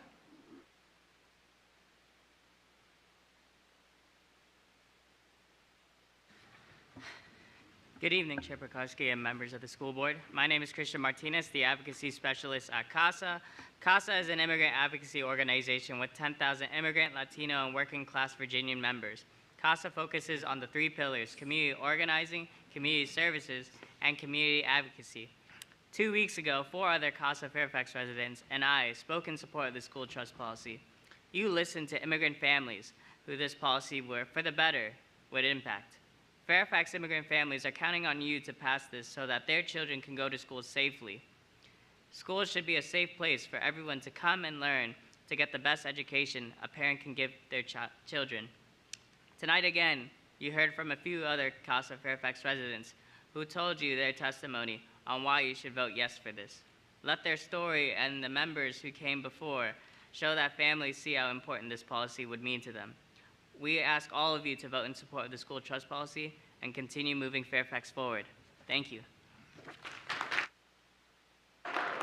Thank you, Madam Chair. That was our final speaker. Thank you. Agenda item 3.02, Superintendent Matters, and I'll call on Dr. Brabrand. Thank you, Ms. Pekarsky and members of the board and community. I want to go over a couple of things. First of all, just listening tonight, I really appreciate a lot of the comments made, and I want to make a few comments first. A ustedes aquí para el Trust Policy, gracias por su presencia. Es un placer para conocerles, es un placer para servirles. Y esta noche es una noche muy profunda porque yo quiero que ustedes y sus hijos no tengan miedo en nuestras escuelas. So thank you very much for being here. And thank you. I said welcome, and I think for having the honor to serve them and work with them as superintendent, and I believe very strongly, as I know this board does too, that I don't want them or their children to have fear in our classrooms in Fairfax County. I also want to reassure some folks that collective bargaining is alive and well here in Fairfax County Public Schools. I know it has been a long time since I've brought an update, and I will work to do that very soon to the board, but I can assure you all, board members, that we have been actively working with our collective bargaining teams. I did direct the team to begin engagement all through this year, and I will provide an update before I leave as superintendent to this board. I also want to let you just know a couple of things going on in the community. One of the things I wanted to share, that we sent a message to our community yesterday around updated COVID isolation procedures for students who test positive for COVID-19. And I did share that beginning May 1st, children may return to in-person instruction and activities after at least 5 days of isolation when they've met the following criteria. They're fever-free, without any fever-reducing medication, the student's symptoms have improved or are resolved, and students wear a well-fitting mask for the additional 5 days, days 6 through 10, after they've concluded the 5-day isolation period in accordance with CDC. We reviewed, our health team, our last 3 months of health data. It's been very good. We recognize that COVID has not gone away, but as Dr. Fauci actually even shared this week, we're in a new phase of working with COVID, and we need to balance the need for safety in our schools from COVID and the instructional needs of our students. Students still will be able to have access to stream in and check in. That's very important to, I know, our parents while they are in isolation. And these procedures are fully aligned with CDC, VDH, and the Fairfax County Health Department. We will continue to do that balancing of needs, and we'll continue to bring any updates to the community should situations health-wise change. I want to just mention a couple other quick things. I know we continue to bring to the board wonderful student success, and I just wanted to share that Madison, Oakton, and Woodson High School, their robotics teams represented FCPS at the World Robotics Championship in Houston. They all went and they competed. We're really, really proud of these students for their hard work. Robotics is a wonderful, wonderful club because it teaches all of those skills you're learning in math and science. And I know a little something about it now because my boys are freshmen at Ohio State in engineering, and part of their project as their freshman year course is doing robotics. So frankly, our kids are getting experiences now and experiences that will be expected as part of their college experience, especially if they're interested in a STEM-related career. Really, really proud again, Madison, Oakton, Woodson High School students for their amazing work. One other thing I want to share, it is spring and we are busy hiring for next year in Fairfax County Public Schools. In fact, we have another instructional job fair Saturday, April 30th, which is this Saturday, and we're looking for educators who want to make a big difference. The job fair is open to external candidates, internal transfers, and recruitment hires, and we'll have in-person 9 a.m. to 2 p.m. and virtual 11 a.m. to 2 p.m. opportunities for folks to reach out and become a part of the premier school system in the United States, Fairfax County Public Schools. So tell a friend, come to the instructional job fair this Saturday. There's still time to sign up. It is Teacher Appreciation Week next week, the first weekend in May. Please consider surprising your teachers and staff with a note of gratitude. I say that to all of you, staff members, parents, board members, and superintendent and staff members from the leadership team. We all should be grateful for the role that teachers have and do every day, and what they've done certainly through this pandemic and as we are getting into the next stage exiting the pandemic and having all of our kids, as we've had this year, all of our kids back in schools. A lot has been asked of them, and we need to show that appreciation in many ways. And so we are coming up on the budget soon with the school board, and I promise you we will have a lot of what I shared with you in the budget earlier, and many of your follow-on motions. We'll be talking about those at our work session in early May, and I think there will be a lot of good news to share. Finally, May 4th is Bike to School or Bike in Your Neighborhood Day. It's been celebrated since 1956 to showcase the many benefits of bicycling, encouraging more people to give biking a try. We have a lot of trails in Fairfax. So Wednesday, May 4th, will be the official Bike to School Day. So next week on Wednesday, please, again, with parent support and permission, ride your bike to school or just within your neighborhood. And we look to see everybody out biking next Wednesday. Thank you very much. Thank you, Dr. Brabrand. Agenda item 3.03, student representative matters. I call on Mr. Chowdhury. Good evening, Madam Chair, board members. Last week, I had the pleasure of calling in and testifying before the California State Senate in favor of Senate Bill 1263, which provides local school districts the options to give voting rights to their student board members.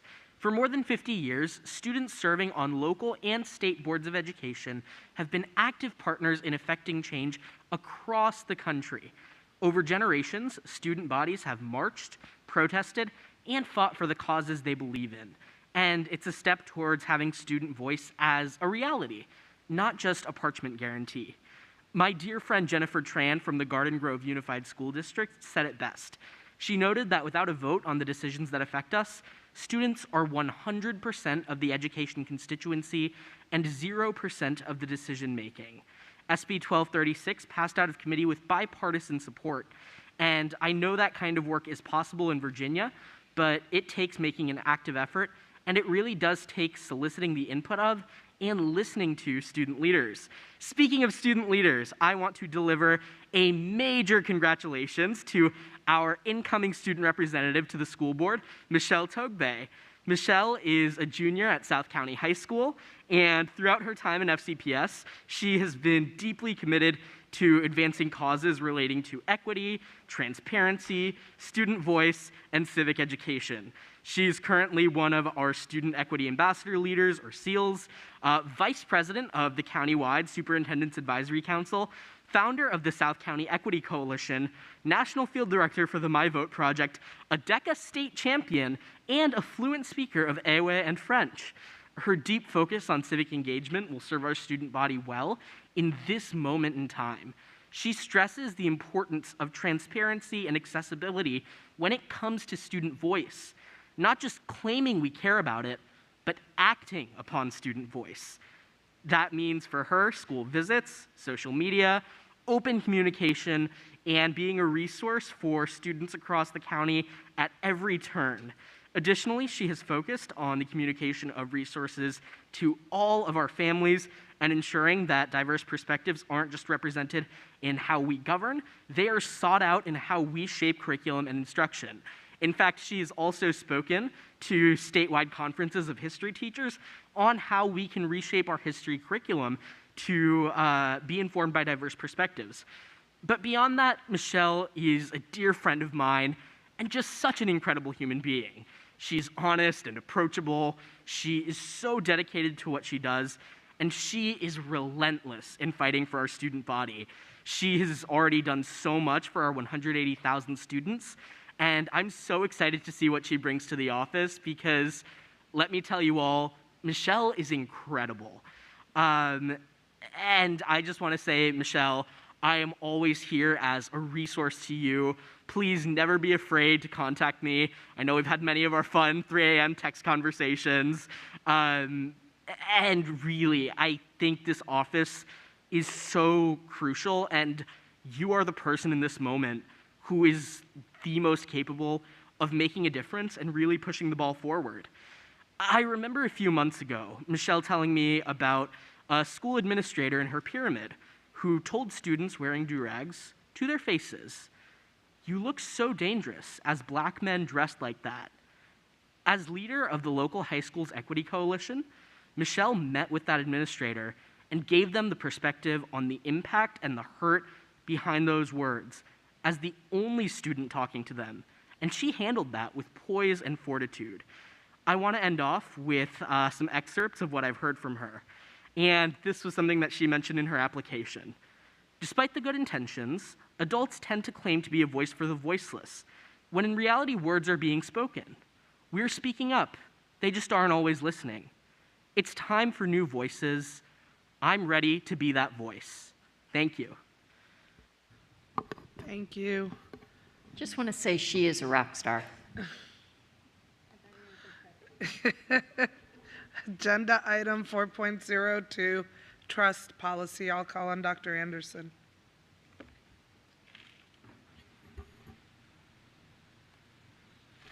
It's a very long motion. I had to find the language. I move that the board approve the trust policy. Sorry. Is there a second? Seconded by Mr. Frisch. Dr. Anderson. Absolutely. Thank you. I'd like to speak to it. Fairfax County is home to over 352,000 immigrant families who contribute to various facets of our community.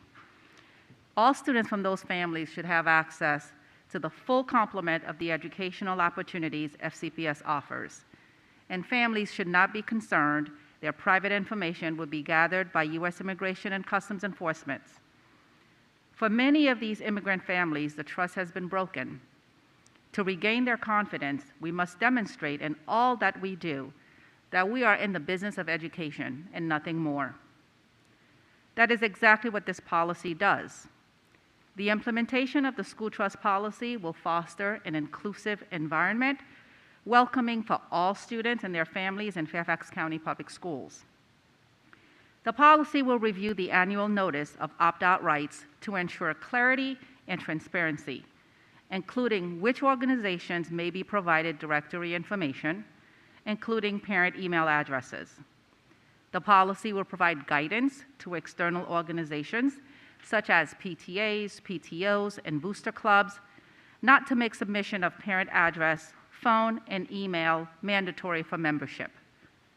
Most importantly, the policy would require annual training for all employees that aligns to their duties, including the goals of the policy, the recognition of student and family rights, regardless of immigration status, and the protection of all student data, including which data is releasable as directory information. This policy has been highly anticipated by our community, and to date, I have received over 500 emails, exactly 514 emails, and we see the community that's been here today and weeks before to discuss this policy, imploring us to pass it. I want to thank Mr. Frisch for raising this matter to my attention and partnering with me on this policy. I want to thank staff, particularly Ms. Kennedy, who I don't believe is here this evening, for the numerous meetings that she held with us in preparation of the various drafts. Most importantly, I want to thank the numerous advocates who worked on this policy with us for nearly a year. The staff at Justice Legal Aid Center, the ACLU People Power Fairfax, CASA, as well as many of the other organizations who have been in support of this policy, of which there are way too many to list. I look forward to the board supporting this policy this evening because our students deserve it. Thank you. Thank you, Dr. Anderson. Mr. Frisch? Thank you. I'd like to thank Dr. Anderson for her partnership on this over the past year. I would also like to thank Supervisor Dalia Palchik for encouraging us to pursue a school trust policy that aligns with the counties, and for the patience, support, and collaboration of our community stakeholders, especially ACLU People Power, CASA, and Edu Futuro. So why do we need a trust policy? Tonight at our last meeting and during our biannual public hearing earlier this month, we heard from many brave parents. They shared deeply personal stories about what it is like to have children in our schools and to worry that their citizenship or immigration status might fall into the wrong hands, risking the security and unity of their families. Juana, an FCPS parent, said, "I am often afraid when it comes to personal information because I'm an undocumented mother. I am afraid that my information will be shared with other agencies or with ICE. For that reason, many times I am afraid at school, and it is difficult for my son to enroll in different education programs." Iris, another FCPS parent, said, "For a long time, I felt insecure because I have an irregular immigration status, and despite the fact that my son was born in this country of the United States and attends school, due to my legal status, I am always afraid that my information is going to be exposed to these immigration entities such as ICE. To me, all children and youth in Fairfax should have access to a safe education and schools." Amen. This is just the tip of the iceberg. Our inboxes are overflowing with hundreds of personal stories just like Juana and Iris shared in these meetings. As a school system, we must be fully committed to providing a high caliber education regardless of the immigration status of our students and their guardians. FCPS has so many opportunities to offer, yet we haven't been able to reach some of the most vulnerable community members in Fairfax County because of a lack of trust. The school trust policy will begin repairing our relationship with these students and their families by aligning the school division with Fairfax County's policy that prohibits voluntary cooperation with immigration and customs enforcement. It will protect personally identifiable information, including citizenship and immigration status, from unauthorized sharing. By demonstrating FCPS is in the business of education alone, as Dr. Anderson said, we can send a message that our schools are safe places for these students and their families, where they can take advantage of all the opportunities for enrichment we have to offer, just like other students and families. I want to bring attention to a few specific provisions of this policy. Among other things, it requires the superintendent or their designee to communicate the ins and outs of the policy to all students and families in the language spoken at home, including how the policy will protect their personally identifiable information from being shared without authorization. It also requires the superintendent to make our policies, contracts, memorandums of understanding, and other agreements align with the letter and spirit of the policy, and to make sure that future new contracts and agreements do so as well. This policy is thorough and thoughtful. It has been painstakingly researched and vetted by our council, our amazing staff, our governance committee, and our colleagues and our stakeholders. For that, I want to reiterate my thanks to Dr. Anderson, our colleagues, staff, and community stakeholders for helping to craft and strengthen this policy over the past year. The hard work will certainly pay off for the students and families we serve. Ms. Cohen? Forgive me because of my Spanish. Thanks. Bienvenido. Estamos agradecidos de que esté en nuestra familia FCPS. We owe this to you. We're glad you're in our community. Thank you for everything that you give to us. Thank you for trusting us with your children. And we're excited to get to do this tonight. Ms. Sternak-Koufax? I am happy to support this school trust policy to formally put into policy proof of our caring culture. Advocates first brought this to our county and school leaders at our joint successful children and youth policy team actually several years ago, where they reminded us that it is essential to our families who are new to our community and to our schools to feel safe and secure within our buildings. We want you and your families to feel safe and included.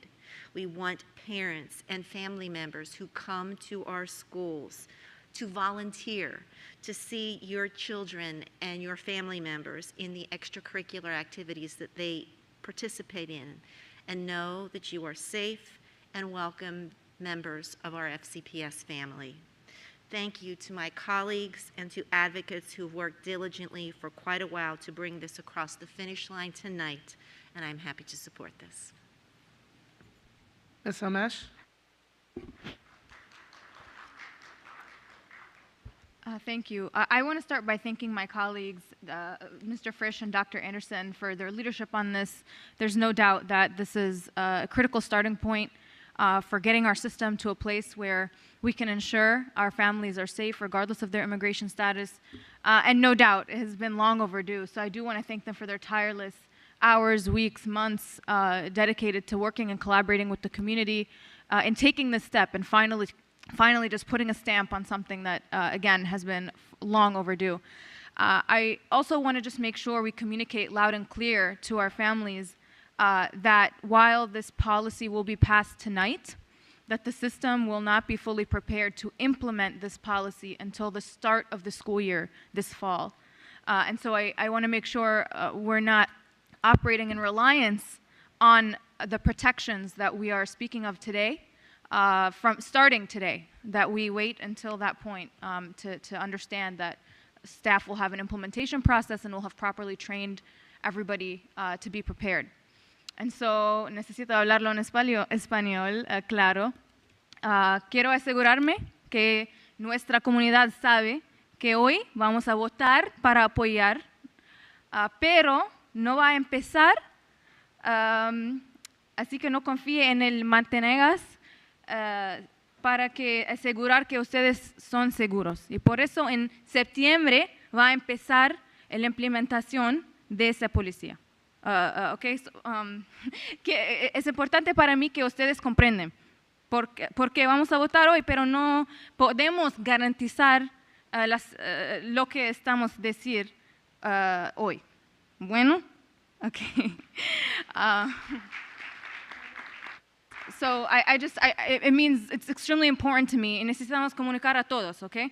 I want to make sure everybody's very well aware of that, and I know Mr. Frisch and Dr. Anderson and Dr. Braybrand and the full team, including the next superintendent, are committed to making sure that we implement it in time for that promise.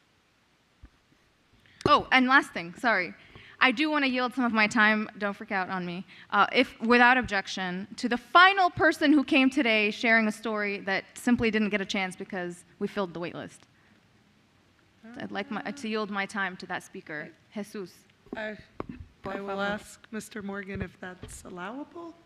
Well, she can ask for unanimous consent, and if the rest of the board agrees, then yes, you can allow someone else to speak. It's not yielding her time, but if there's no objections, then yes, it can be done. Are there any objections?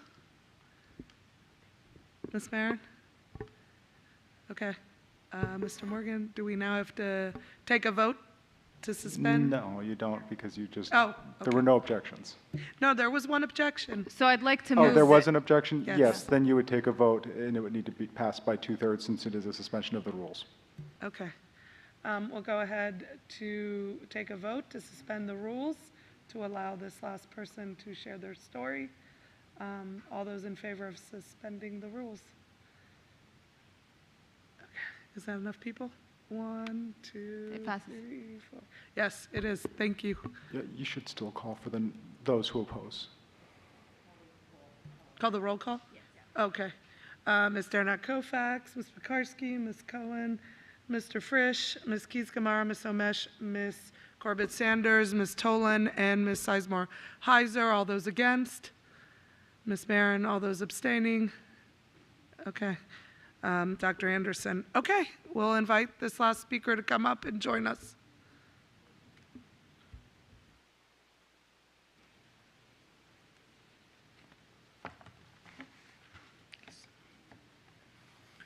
Hola, mi nombre es Jesús Martínez, resido en el condado de Fairfax, soy miembro activo de la organización Casa Virginia. Soy padre de familia de 3 hijos entre las edades de 10 a 18 años que estudian en las escuelas públicas del condado de Fairfax. Hello, my name is Jesus Martinez. I live in Fairfax County. I am an active member of the Casa Virginia organization. I am a father of 3 children between the age of 10 to 18 who study in public schools of Fairfax County. Una de las preocupaciones que tenemos como padres de familia hoy es que en las escuelas nuestros hijos no están completamente seguros y la base de datos con nuestra información no esté protegida. One of the concerns that we have as parents today is that in schools, our children are not completely safe. and the database with our information is not protected. Para mí es muy importante confirmar el compromiso de la Junta Escolar de proporcionar un espacio seguro y acogedor para todos los estudiantes y sus familias. It is very important to me to be sure of the commitment of the school board to provide a safe and welcoming space for all students and their families. Miembros de la Junta Escolar, solicito mejorar la seguridad y la confidencialidad integral para todos los estudiantes, sin importar su estatus migratorio, para que los estudiantes y las familias podamos sentirlos bien interactuando con la escuela y recibir los servicios y programas y actividades que ofrecen las escuelas sin temor que la información sea divulgada directa o indirecta a los funcionarios federales de inmigración. Por favor, voten por la política de confianza escolar. Gracias. School board members, I ask to improve security and confidentiality for all students, regardless of their immigration status. That way, students and their families can feel good when interacting with schools and when receiving services, programs, and activities offered by schools, without fearing that the information is going to be disclosed directly or indirectly to federal immigration officials. Please vote for the school trust policy. Thank you. Thank you. Dr. Anderson, I'll call on you to correct your vote for the record. My vote was a no. I have an objection. Thank you. Ms. Sizemore Heiser, followed by Ms. Corbett Sanders. Thank you. I will be brief. I just wanted to say I also will be in support of this motion. I wanted to thank both Mr. Frisch and Dr. Anderson for bringing this forward and the hard work, very, very hard work of our governance committee, of our advocates in really fighting for this, and our many community members who shared their stories with us. The most important thing for our students in our schools is to feel safe and to feel welcomed and to be able to access a strong education. And they need to be able to feel safe and welcome to access that strong education. And our families need to feel safe and welcome to be able to support their students in that education. And this is an important piece of that, providing that safety to our students. So I'm really happy to support it. And I just wanted to share it's my own experience as a child, where I was born in the United States, but my parents were not. And experiencing myself at one point traveling in a foreign country, having my parents being accused, true story, of kidnapping me, and having my father being taken off the train by officials, and we weren't sure if we'd see him again. And sitting on the train and having that train start moving, and he was not on there. So I have experienced firsthand the fear that some of our immigrant families face. So this is really important and very personal for me. So I am very happy to support this. Ms. Corbett Sanders. Yes, thank you, Madam Chair, and I do thank Mr. Frisch and Dr. Anderson for their hard work in this area. Trust, what does it mean? The definition of trust is a firm belief in the character, strength, or truth of something or someone. It's a person or thing which confidence is placed. We all live in a world of presumed trust. However, perception becomes a reality for many when they worry about whether or not they can be fully safe going into a building. Let me be very clear. Our schools are safe places for our children. And they continue to be safe places for all of our children. But if somebody fears about the safety of a place in which their children study, and they fear for their own personal safety by walking into that building and being able to volunteer in that building, then we have a failure of trust.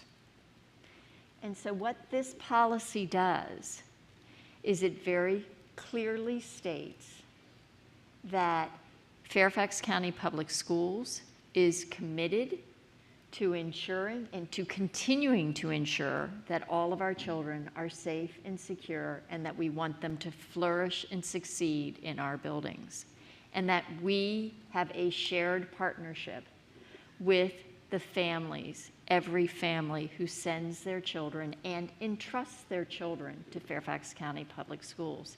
And it is for that reason that I am happy to support this policy, but I did want to make sure that people know that your children have been safe in our schools and will continue to be safe in our schools. Thank you. Ms. Tolan, followed by Ms. Keys-Gamarra.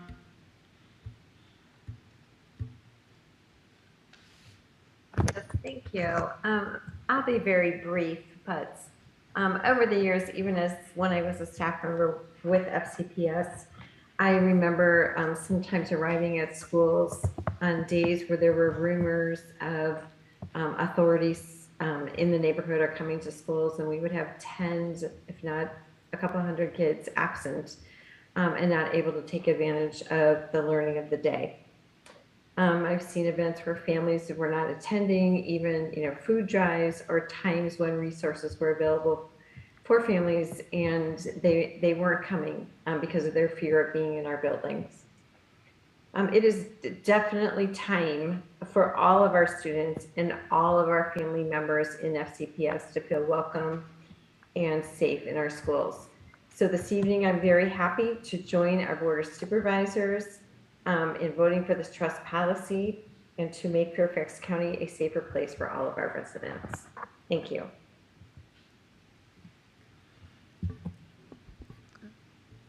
Thank you. I too will support this policy because it is the nature of public education to do so.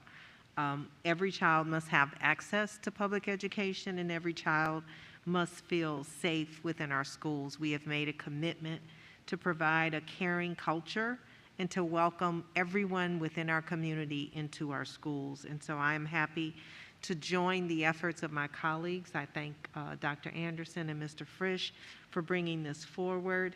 And it's a part of a process to continue to have continuous improvement so that every child has an opportunity to become their very best. We need them. We need them in our future, and so we want to do everything possible to support our families and our community and to make sure that they experience both excellence and a caring culture. Thank you. Thank you. Seeing as there are no other, oh, Ms. Marin, that's okay. Okay. Go ahead. Hi. I want to say I have supported this policy from the start. I am very grateful to Dr. Anderson and Mr. Frisch for pushing this through. As Mr. Martinez knows, as others who have contacted me, I fully support this. I want to say that as a board member, Chair Pekarsky, as a board member, I owe it to the public to be fair. And we have a really specific process for public comment. And this board just threw that to the side tonight.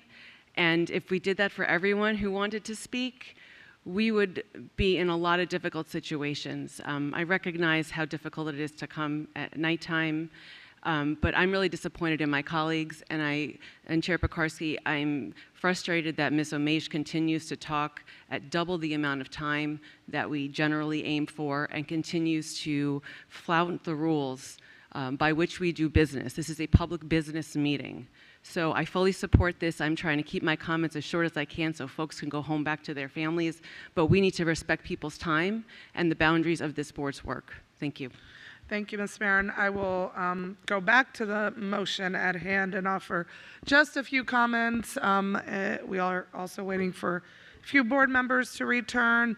I will say, of course, I'll be supporting this policy, and thank you, Mr. Frisch, for bringing this to the board for consideration, and all the work that has been done by everyone on this, and of course all our advocates. Fear, of course, is no way to have to live, and of course no way to have to send your children to school. We want to welcome all our Fairfax County students with open arms always, and our families, and ensure that all of you feel safe, feel wanted, respected, and valued, and are able to participate in your children's education, because we know everyone wants to do that for their kids. And I will just say, one of the things that I think is very important with this policy, it just sets the expectations, and it allows that accountability. It allows the professional development to happen, where our staff understand very clearly what's expected. Many years ago, when I first started teaching, I was an ESOL teacher, and I will say my own students brought to me some very deeply personal stories, and there was no guidance. You didn't know what to do, but those stories, if had been shared, would have been devastating to the families in my schools. So I'm happy to support this, and we will go ahead and take the vote. The motion is before us on the screen. All those in favor? That vote is unanimous, with Ms. Sizemore Heiser and Ms. Tolan virtual and Ms. McLaughlin away. That motion passes. I'll now call on Mr. Frisch for a follow-on. Thank you. I move to direct the superintendent to implement as much of the school trust policy as possible for the 2022 summer school session and conduct all necessary preparations for the policy to be fully implemented for the start of the 2022-2023 school year. Is there a second? Second. Seconded by Dr. Anderson. Mr. Frisch? It is about as straightforward as it gets. Dr. Anderson. I would briefly like to speak a little bit more to this, because as was shared earlier, while the policy has now been adopted, and we're very excited about that, there's a lot of work that needs to happen. There are documents to be reviewed, there's training that needs to happen, signage that needs to be made available in the schools. So this will not all happen by tomorrow.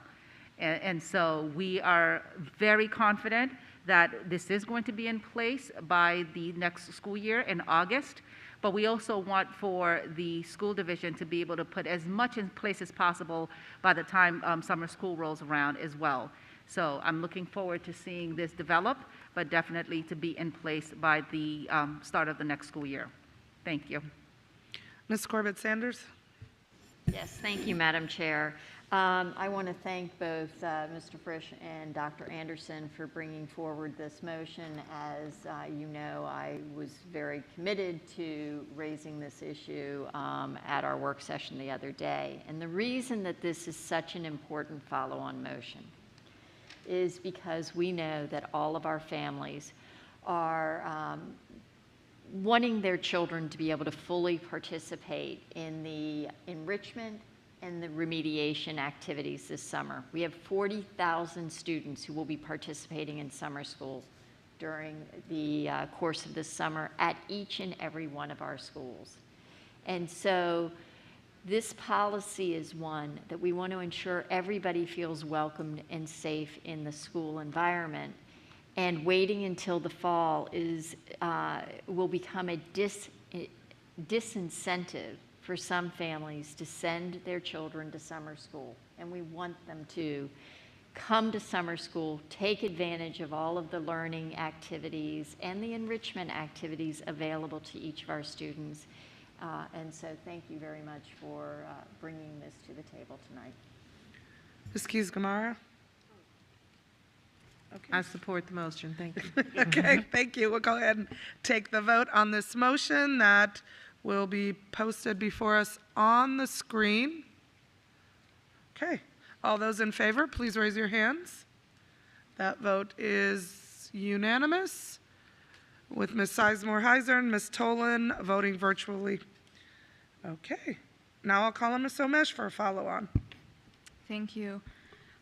I move to direct the superintendent to, number one, by mid-July, provide guidelines for the Department of Human Resources to promote compliance with this policy, including investigative procedures and potential disciplinary actions for the unauthorized sharing of personally identifiable information and citizenship or immigration status. Number two, by May 10th, to provide the board with updated language to the rights and responsibilities of students section of the draft SR&R that states students have an unambiguous right to have their personally identifiable information and citizenship or immigration status protected from unauthorized sharing. And 3, beginning in mid-July, provide regular written updates to the board and public regarding noncompliance with this policy, progress on communications to students and families as outlined in this policy to include information about what is and is not covered or protected, and other pertinent information as needed. Is there a second? Second. Seconded by Mr. Frisch. Ms. Omesh? Yeah, thank you. So this has been a bit of a painful process. I came into this with an ambitious list of things that I was hoping could be included, and of course, through many conversations and brainstorming with colleagues, we landed at a place where we're able to have a realistic timeline for what staff are able to deliver, to maintain, again, that commitment that what we promise the community is achievable, and that we keep our word. And so I want to make sure I highlight just a few of these pieces and elevate them as I direct my comments mostly to staff as they begin thinking about how to put in place a plan in advance of coming back to the board. And many of these have been discussed and were raised in our work session 2 weeks ago as a collective. But of course, you know, in speaking to the piece on Department of Human Resources, as we stated before, when we set a policy in place, obviously it's a good intention, it's a commitment from our board, but no doubt, as a system this large, to maintain fidelity of implementation, we need to make sure it has the teeth that are needed, the incentive and disincentive structures that are needed to ensure compliance with that. So I wanted to ensure I explain the intention there. And then, of course, the elevating the piece on communication. So just like I tried to do in speaking to our community today and making sure the understanding is very clear about when this is the effective by date for this policy, in a similar fashion, to be able to say very clearly to folks, this is what we can protect from and this is what we cannot guarantee. And to be able to communicate that clearly, as I know the policy speaks to communications plan, but of course, in making sure that it's that explicit is something that I'm hopeful we're able to see, and no doubt that comes with another piece that I know the community advocates felt very strongly about, so I want to make sure I also highlight, which is access to information on follow-up around this. Whether that be noncompliance, whatever means and mechanisms that we might determine to evaluate our effectiveness in implementing this policy, I know that the public is eager to see that. And I know that whether it's FOIA or other means, that they're going to want to kind of have some of that assurance as they further convey trust to their community so that we can live up to that trust. So I'm hopeful that that's another component that could be included. And then, of course, you know, there were several other things we had discussed during the work session, but that were removed from the particular language here. You know, the summer school piece obviously was just covered, guidance for PTAs and whatnot, that's also covered by the policy, and making sure that we see a clear schedule for the professional development that has been promised, so that we're able to communicate that intentionality to the community around what we have committed to. And of course, I know my colleagues, Ms. Keys-Gamarra and Ms. Corbett-Sanders, will be bringing a forum soon to also review the SRO MOU to make sure it's consistent with these promises that we're making, and no doubt there is plenty of work to be done there. But I want to also articulate to the community that that has been part of the thinking here, and hopefully will come in the weeks and months ahead. So with that, I trust Dr. King will be an exceptional steward of this work. I know that it means as much to her as it does to us, and I'm looking forward to that conversation, hopefully, you know, starting with the SR&R on May 10th and then later in mid-July. So thank you so much for your collaboration, and to everyone who's been a part of bringing this together. And I'd be remiss not to thank Rachna as well, Ms. Sizemore-Heiser, for her work to shepherd this as well. Mr. Frisch, would you like to offer comments? No, we've got a long night ahead of us, and I think Ms. Omesh covered everything. Indeed. Ms. Keys-Gamarra? Yes, I have a few questions, and Ms. Omesh, I think I tried to raise some of these concerns before, because as you know, I am always concerned about conveying something to the community that is not realistic, or perhaps making a promise that we can't keep. A particular concern is the third paragraph here, beginning in mid-July, when we get a new superintendent in the beginning of July. Is this something that you have discussed with Dr. Reed? I have discussed this with Dr. King, who will be leading this process, and it's my understanding that it's achievable with her team. I have to tell you that I'm a little concerned. So I'll give it some more thought, but I really, my overall concern is not with what you're trying to convey, but what we are seeming to promise to the community in the midst of the transition that I believe we're in right now. Thank you. Ms. Pekarsky, yes, Ms. Omesh. I believe we had some conversation around being able to, as a board, see what potentially could be scheduled around that time as well, to know that it's a realistic possibility. I just wanted to check in with you as well. I know we've discussed that as well, just to clarify any confusion around that. I'm a little bit confused as to, are you talking The about? feasibility of a conversation around this in mid-July. I don't think it's feasible. It's looking We talked at our, about this. We talked about this. I thought it was the fall to have this conversation. You know, I would have to take this back to chairs with Dr. Braybrand and staff to actually look at the calendar. But Okay. I understood this as you getting information, us getting updates, written updates, followed by at some point the work session. Is that not your intention? No, the intention is the timeline that's listed here, and that was checked with staff and confirmed with board leadership that it's possible.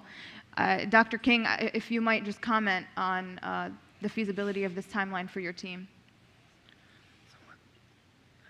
Based on our conversations.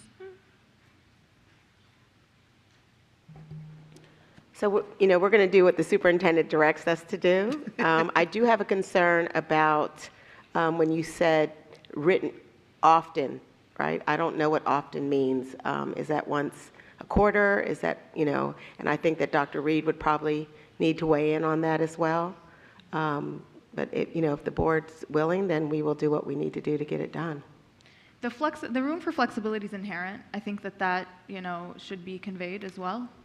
There's certainly an intention here to make sure that there's regular evaluation and revisiting, and that the public has that, that we afford the public that as we claim to ask for their trust. But again, this flexibility is inherent because of the transition, understanding that the transition will potentially lead to different needs around scheduling. So we're hopeful that that is what clarifies, and obviously we're not explicitly asking for a work session here. Ms. Omesh, if I can, if the policy is to be ready by, if the regulation is to be ready by the beginning of school, then, you know, might we consider moving that date to the beginning in the fall to give us some time, right? Because the full policy won't be implemented in July. And so we want to make sure that everybody is, the regulation. So my understanding after the conversation with your team was that we would check in mid-July for board feedback in advance of the start of the school year. But that's not what that says. It doesn't say check in. It says a Right. written update to the board regarding An update non-compliance. of wherever you're at, right? Dr. Braybrand? Dr. Braybrand. So, listen, tonight we passed the trust policy, and trust starts right here between the school board and administration. We understand the spirit of this. This is important to get done as quickly as possible. I take this as regular updates. The full extent of what that would look like, is it a work session? Is it a Braybrand briefing? There'll be an update to the board in mid-July. I can assure you of that. And I'll make sure this is the top of Dr. Reed's list as I do transition meetings with her. And I know she'll find this to be very important and something that she wants to get done to start the year. Those who've already engaged with her on this subject know that she's passionate about it as well. So we're fully prepared to follow through on both the follow-on motions that have been shared tonight. And I'm confident the flexibility that you shared is gracious And we're grateful, and we'll know we'll be able to provide an update in mid-July. And we'll work through the details with the chair, vice chair, and I'll update you before I leave. Thank you, Dr. Brabrand. Ms. Keys-Gamarra, were you finished? Okay. Okay, so let me just tell you what I'm hearing. I am hearing that staff wants to do what you're asking, but I am not hearing that it is realistic to get all of it done. I believe, Dr. Brabrand, that you have the intention, and part of my concern here is we have people here who are relying on our word, right? And things can happen. I know how hard, we've had forum topics pending for months. So, you know, Ms. Omesh, perhaps would you consider what Dr. King suggested with respect to the fall?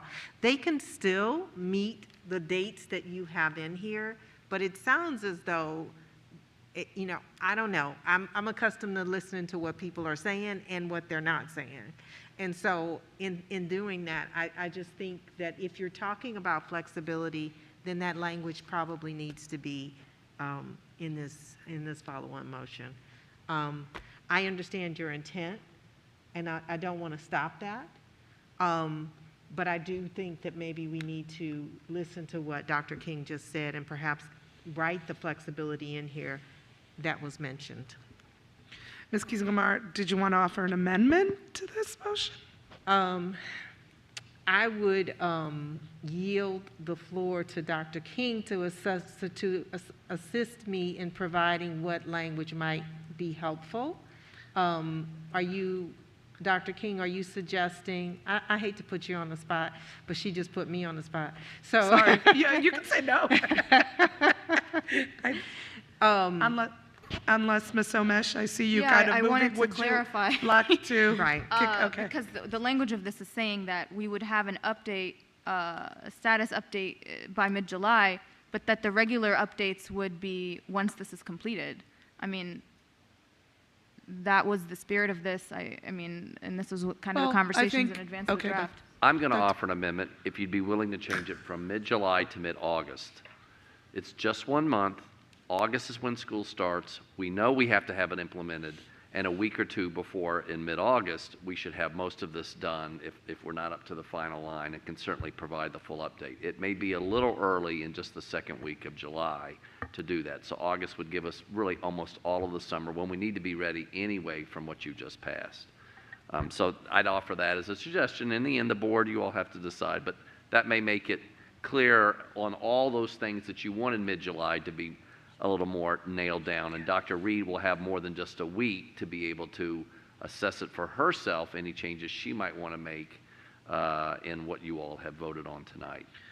So, Ms. Omesh, would you like to ask without objection that you change mid-July to mid-August in this motion? Yeah, I'd like to ask, I mean, the original intent here was for us to have Correct. the time for them to go back, to be responsive to our requests. So if that's their preference, that's fine. I mean, originally it was to accommodate them. So yeah, without objection, I move to amend that to August. Okay. Amend that third bullet, July to August. Okay. Oh, I have hands. I think I have objections. Ms. Marin. Thank you, Chair. Madam Clerk, could you please share with the board when this final language came to the board for this motion?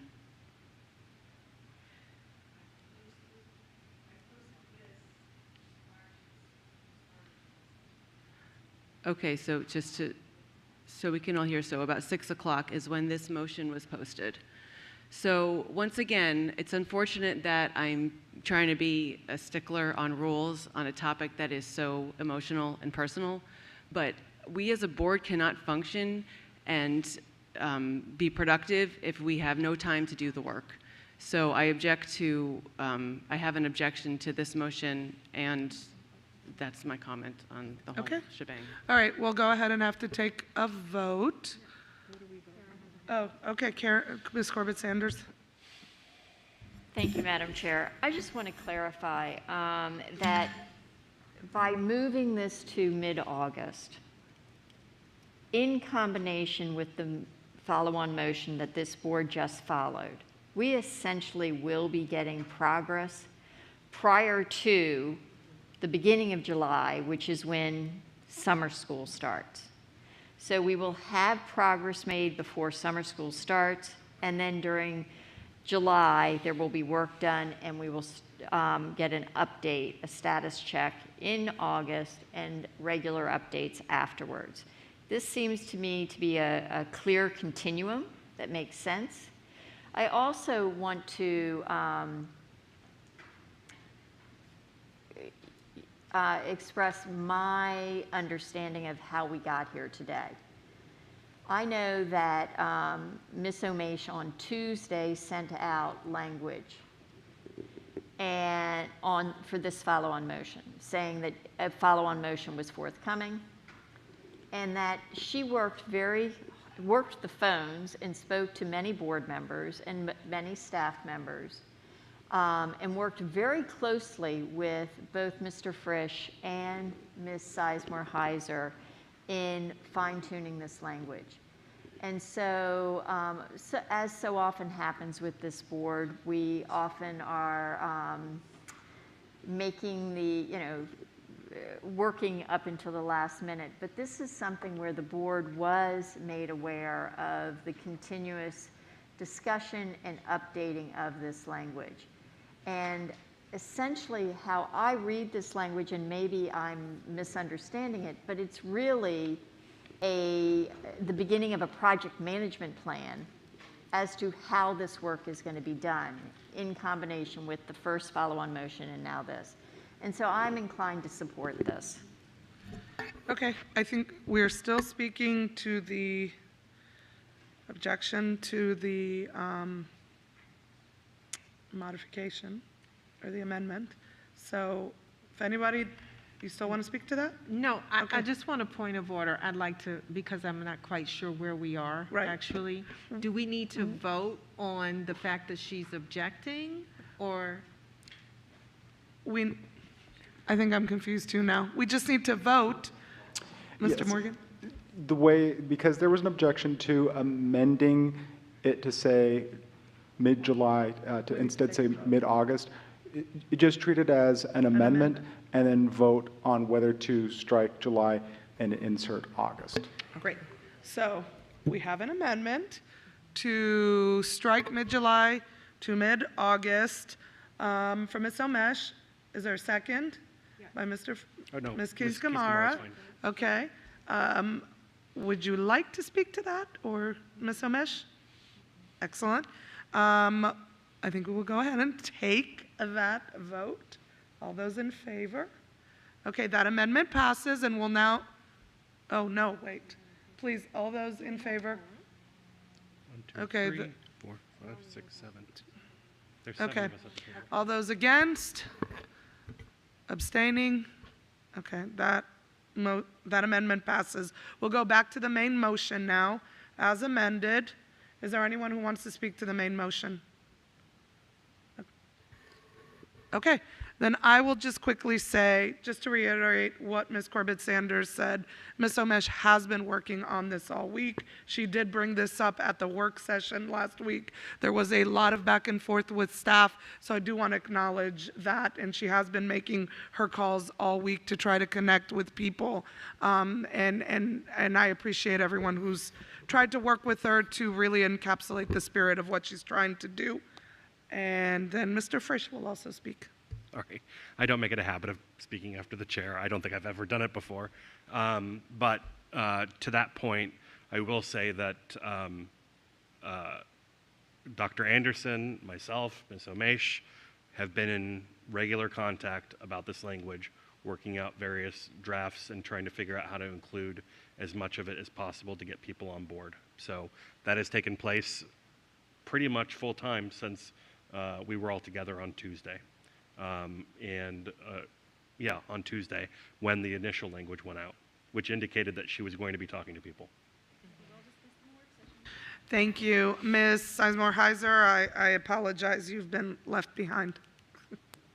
It's okay. No, I was actually going to share what Mr. Frisch shared and what you shared, so I don't have much to add, but I just wanted to add that I have been working also with Ms. Omesh on this and Mr. Frisch and Dr. Anderson for the last couple of days, but I know she's been reaching out and working with staff, and I talked to staff as well.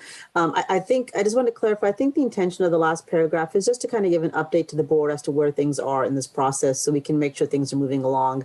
I have full faith in our staff to be able to do this work and do it well. So I just wanted to make sure it's not really an intention to have a whole report on our implementation of this policy, because we recognize that this is work that we're getting ready to implement in the fall, but we want to see where things are and what information staff has to bring to us in mid-July or mid-August, whatever the board votes on. So I just wanted to clarify that. And I also thank you to Ms. Omesh, Mr. Frisch, for all your hard work the last couple of days and working to finalize this language in a way that I think is going to work very well for this board and for our team. Thank you. And with that, we're going to go ahead and take a vote on the motion that is going to be pulled up before us on the screen. Mr. Morgan? Just, you may want to clarify whether both Julys or only the 1st July or 2nd July was intended to be amended. Ms. Omesh, I believe both should be mid-August, correct? That was our understanding. I thought the update part was where there was an issue, but if I misunderstood that. Dr. Braybrand, what was your intent? I thought the updates was the issue. We were hoping mid-July for both of those.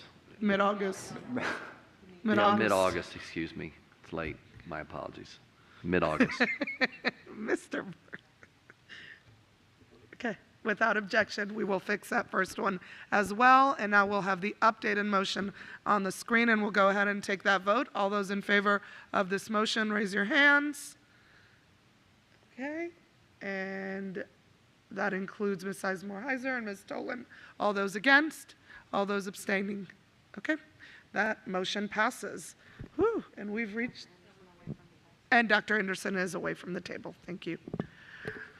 Agenda item 5, consent agenda. Our adopted rules of parliamentary procedure, Robert's rules, provide for a consent agenda listing several items for approval of the board by a single motion. Many items have gone through board review, and documentation has been provided to all board members and the public in advance. Items may be removed from the consent agenda at the request of any board member prior to the meeting. Consent agenda items are on the screen. Is there any objection? Seeing and hearing no objections, this consent agenda is approved. Agenda item 6, new business. The following are new business agenda items. There will not be a vote on these items this evening, but action is scheduled for a future meeting. The new business items are on the screen. Agenda item number 7, board committee reports. Ms. Cohen's governance committee report will be postponed till our next meeting, and tonight we will hear Ms. Dernak Koufax for an update from the audit committee and Ms. Keys-Gamarra for a comprehensive planning development committee report.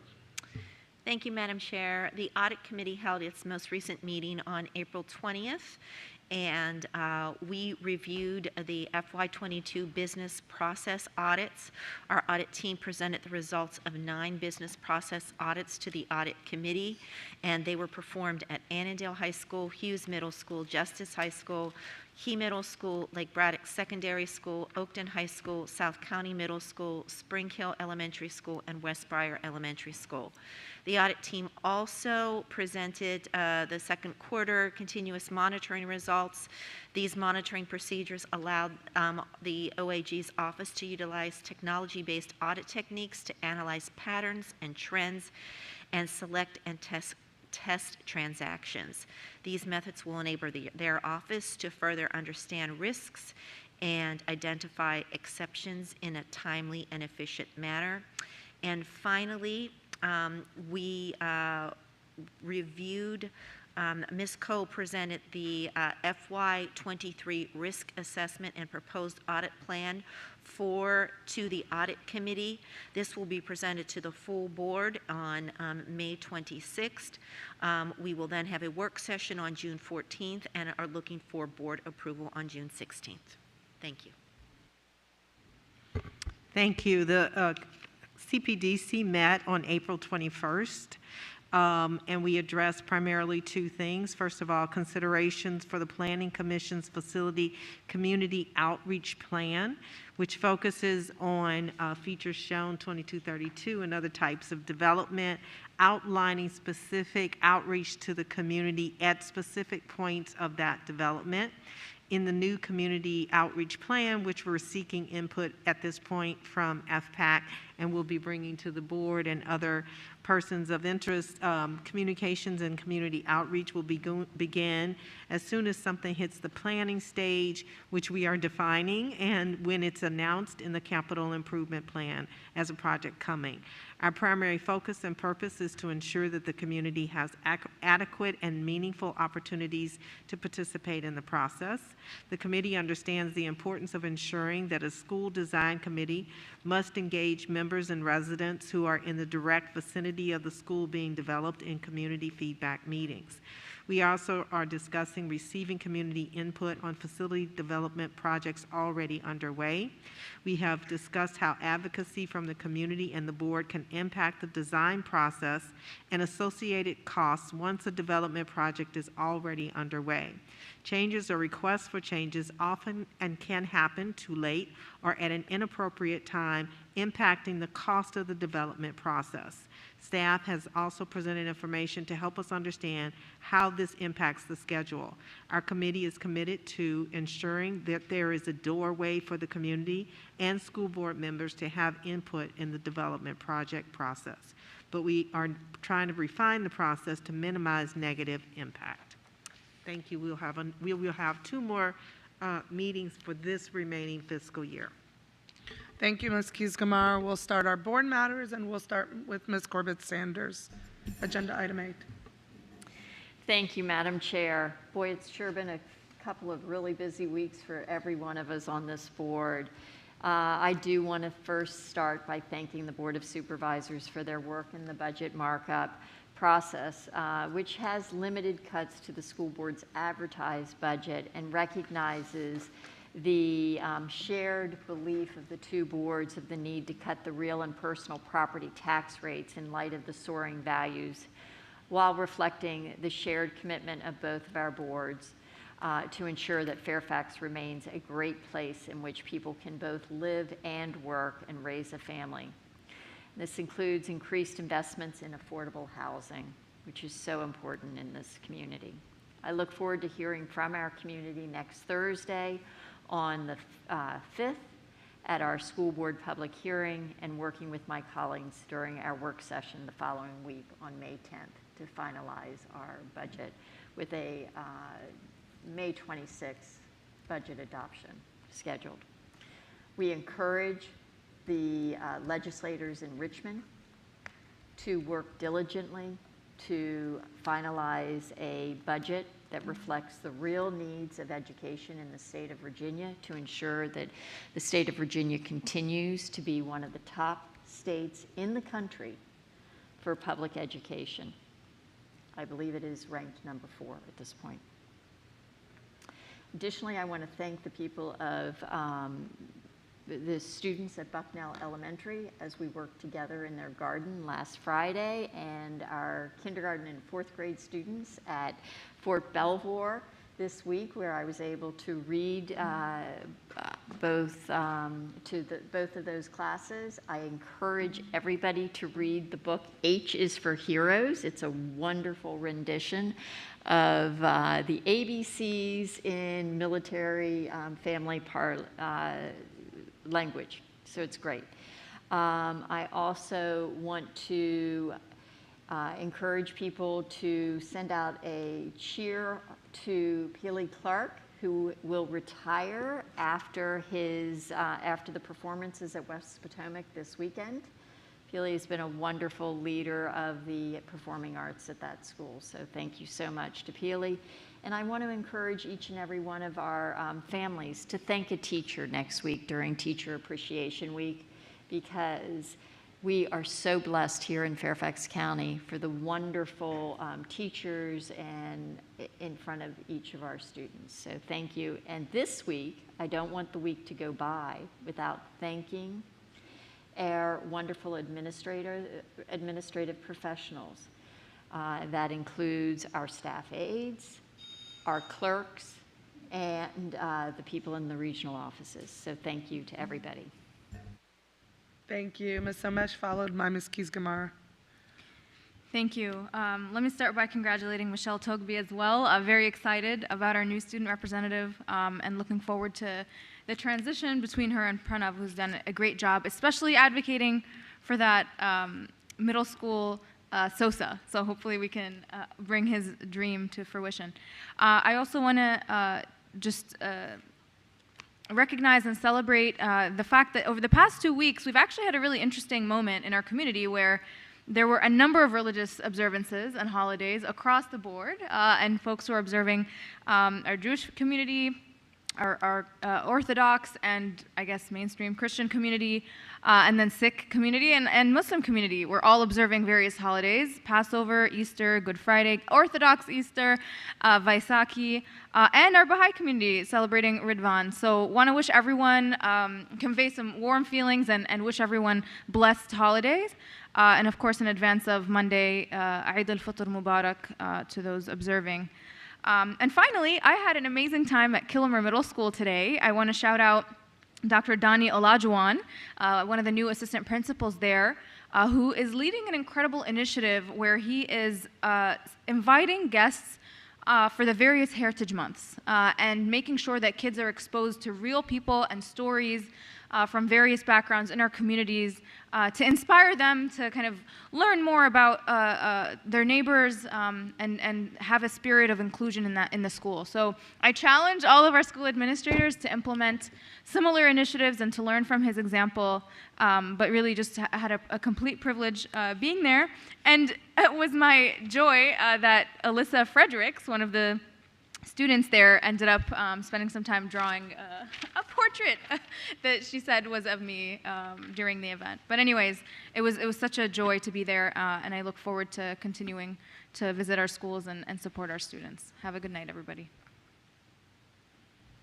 Thank you. It's been a busy few weeks for all of us. I wanted to simply report I had an opportunity to work with our Title I parents as we reviewed the SR&R. They had lots of questions, so I'm looking forward to hopefully having a public meeting where everyone can hear about it before we vote on this. I also have been hosting virtual office hours for our military and foreign service parents, and I look forward to wrapping those up this weekend. I really appreciate being able to hear from that community. And this week I had the pleasure of working with Ms. Corbett Sanders in a meeting with the West Potomac Pyramid PTA leaders, and we had a lively discussion. Coming up soon, the Educate Fairfax has a new program, as I announced before, where we're having a Hall of Fame recognizing some of the stars that have graduated from Fairfax County Public Schools, one of whom who will be celebrated in the next few weeks is our very own Jeff Plattenberg. So that's going to be fun. And perhaps one of the highlights of my week was I had an opportunity to go to a written, locally written by the principal and one of the teachers, a musical at Marshall Elementary School, where they had one of their own alumni who is a theater major came back to help them to pull together their own musical, which was covering the 60-year history of the elementary school. They had songs and dance, and it was absolutely delightful. So I'd like to thank the principal and all of the families that got their children to the school early so that I could literally sit there and just laugh with all the parents. It was an absolute joy. So I look forward to having more moments like that, and I hope everybody has a great week. Thank you. Mr. Frisch, followed by Ms. Cohen. I had COVID, so I had to cancel a bunch of school visits, but we are in the process of rescheduling those, and I'm excited to be well, and I'm very grateful for the science that created our vaccines so that I could have relatively mild symptoms and be here for this meeting tonight. Thank you. Thought I had more time than that. This month, I was so pleased to be able to celebrate with the all-county chorus participants at Cherry Run Elementary School. Thanks very much for the glamorous red carpet moment. I was so excited to show off all of the amazing students and staff at Sangster Elementary on a visit with Dr. Reed and Ms. Pekarsky and Ms. Sizemore-Heiser, and such a fun day. I think we all came home with new best friends, and I think Dr. Reed made a few along the way too. And I also had the chance in these last couple of weeks to meet with Boy Scout Troop 2016 and Boy Scouts Ryan Magdeski and Ryan Angersbach to help them earn their Citizenship in the Community badge. And they, as always, asked great questions and had really good ideas. And I certainly have some things that they want me to talk to staff about, so get ready. Also, I'd be remiss if I didn't mention that today is Yom HaShoah, which is the commemoration of the Holocaust, of the murder of 6 million Jews, in addition to the Roma people, the Sinti, LGBTQ folks, and disabled people as well. This day was chosen because it was the uprising in the Warsaw Ghetto, which was one of the first major acts of Jewish resistance.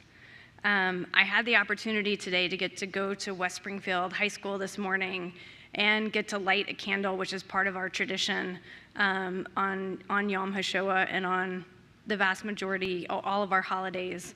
And had the opportunity to have a survivor, Holocaust survivor, Miss Marcia Tischler, speak to the students during the advisory period and tell her story of survival and really of hope, and about that her takeaway from it was about really remembering the love of people who protected her, the love of her family, and the excitement when, as a 7-year-old, she got to come to America and all of the dreams that her family had realized since then.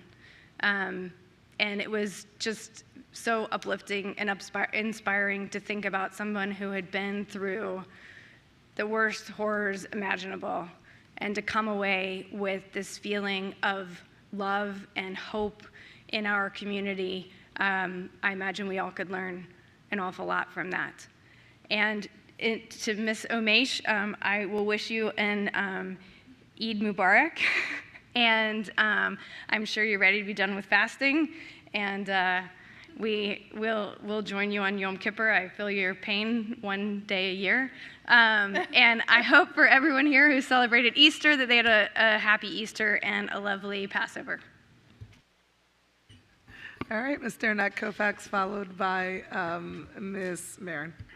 Thank you.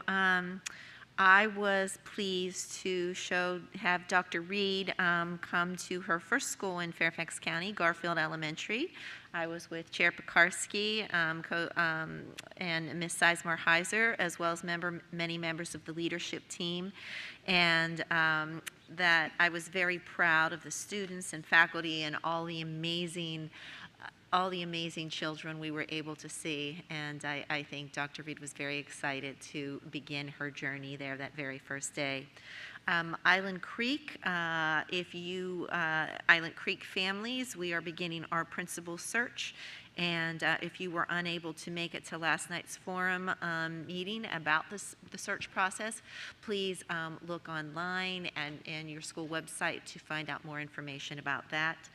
I want to wish all those students who are taking IB and AP exams very, very soon great success, and make sure you get lots of rest and eat properly before those big tests. Next week is Teacher Appreciation Week, and please help us celebrate our amazing teachers and staff. Take a moment next week. You don't have to get a big present, but a nice little thank you card, a thank you note will be most appreciated. It's very important to recognize the hard work of those who are teaching our children each and every day. And I have to say that this weekend and next are big drama weekends in Lee District. At Hayfield, we'll see Beauty and the Beast. Lewis Lancers, are You're a Good Man, Charlie Brown. Mount Vernon High School is doing Matilda the Musical. Twain is performing their musical Dear Edwina, the junior version, and Edison High School will be performing William Shakespeare's Much Ado About Nothing. So I hope if you have nothing to do, you are going to come out and see some of our amazing students in their plays and their musicals, and please support our high school arts. Thank you. So today was an amazing day for literacy in Virginia. Well, tonight we passed on the consent agenda the approval of our language arts basal resources, which is one step towards a bigger adoption of resources that align with the science of reading. And this morning, the Virginia Literacy Act was signed into law. So it's really exciting stuff and very personal for me too. Congrats to the Madison robotics team, the Warbots, as Dr. Braybrand said. They were in the world's competition in Houston, but to get there, they placed first in the Mid-Atlantic Championships recently. So when they were there, they ended up placing 37th out of 75 in their division, and so making them the highest placed team in all of Virginia. So that is amazing, and I'm looking forward to visiting the school next month after exams to really see what they've been working on and learn about it. And also congratulations to second grader Ella at Flores, whose mom read in my newsletter about a competition that the National Oceanic and Atmospheric Agency was having for a calendar about marine water debris, and she submitted art and got in. So hers is one of just 13 pieces of art from around the country that'll be featured in this calendar to promote awareness about keeping our oceans clean and helping with pollution there. And that'll be available later this year. Earlier this week, I was at the Vienna Town Council upon request of some constituents who have been advocating to have the noise ordinance enforced because it's affecting the sleep of about 4 dozen students. And as I said, our school division invested over $5 million years ago to change high school start times as one way to protect sleep. And so we really need our town leadership to help us steward that investment and protect the sleep of our kids, because they need it now more than ever as it promotes mental health as well as developmental growth. Outdoor learning spaces. I visited Aldrin Elementary today with an amazing volunteer group from the Bright Spot Company in Reston, a technology services company, who were in the dirt, digging up, old plants and planting new things. And there's a lot to come with creating more outdoor learning spaces there. Also Marshall Road, I've been helping them with connecting with our Get to Green staff who are going to come and help them look at the grounds and where they could have outdoor spaces. I also was at my own kiddo's school, Wolf Trap Elementary, to meet Blackjack, a therapy dog that a parent brings in. And that's part of an effort where I'm trying to figure out how students and families and parents and staff can bring therapy dogs into schools. There's lots of different ways it's happening, and I want to help get that information out because students are asking for this, but staff are really also loving it too. There are a lot of smiles around. And I also will be in the theater this weekend. I'll be at Madison High School Friday night and South Lakes High School Saturday night for their musicals, and I can't wait. So thanks a lot. Thank you, Dr. Anderson, followed by Ms. Tolan. Thank you. I had a very interesting experience by engaging in a ride-along at the urging of Mr. Dave Swan. So I was able to ride bus 35 that's driven by Mr. Bezu out of Glasgow Middle School. And it was fantastic. It was just such a good experience to hear directly from the bus drivers about the things that concern them, and to also learn about the route and how much care he takes for the children. And most importantly, to learn a little bit more about our bus driver, Mr. Bezu, who is a journalist in the Ethiopian community, and he works in public radio and public television. And he saw a need, and he filled that need. He's been a driver since February, and he's also taken it upon himself, Dr. Braybrand, to recruit others to drive, and he's been trying to convince his wife to participate. And so I'm just so very appreciative of the work and the care of our bus drivers. And folks, we do have a bus driver fair that is going to be happening next week, May 6th and May 26th. So I do want to put a plug in for that. I had an opportunity to visit both Park Lawn and Bailey's elementary schools this week, where I saw just fantastic things happening as our teachers are working so very hard. So I do want to echo the sentiment that's been shared around the dais, which is to send a note to your teachers just to say thank you for all of their hard work. Yesterday, I had a wonderful visit at TJ after school to meet with the athletic trainers, Heather Murphy and Carolyn Turner. And not only did I get an opportunity to learn about their work as they supported yesterday a regional track meet, which had students from Hayfield, from TJ, of course, from Falls Church, from Justice, from there's one more school that I'm missing, from Annandale. And also they had lacrosse, they also had baseball all going on at the same time.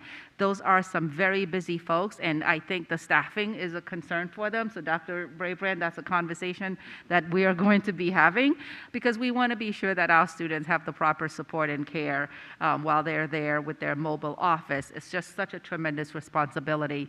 So I do want to say thank you to Ms. Murphy and Ms. Turner for allowing me to learn a little bit more about their work. Just want to say congratulations to some of our students. We have National Scholastic Art Awards to one of our students at Annandale High School, Noah Hush, who earned a gold medal. And these medalists will be honored at Carnegie Hall in New York City in June. So that's a very big deal.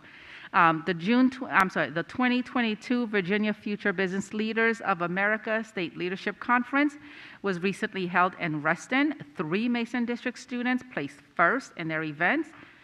We have Adrian Masri from Annandale High School for data analysis, Megan Vo from Falls Church Healthcare, and Abdi Kusada from Edison for electronic career portfolio. Thank you and good night. Ms. Tolan? Thank you. A huge thank you to the Forestville Cardinals for singing for us tonight. You did an amazing job.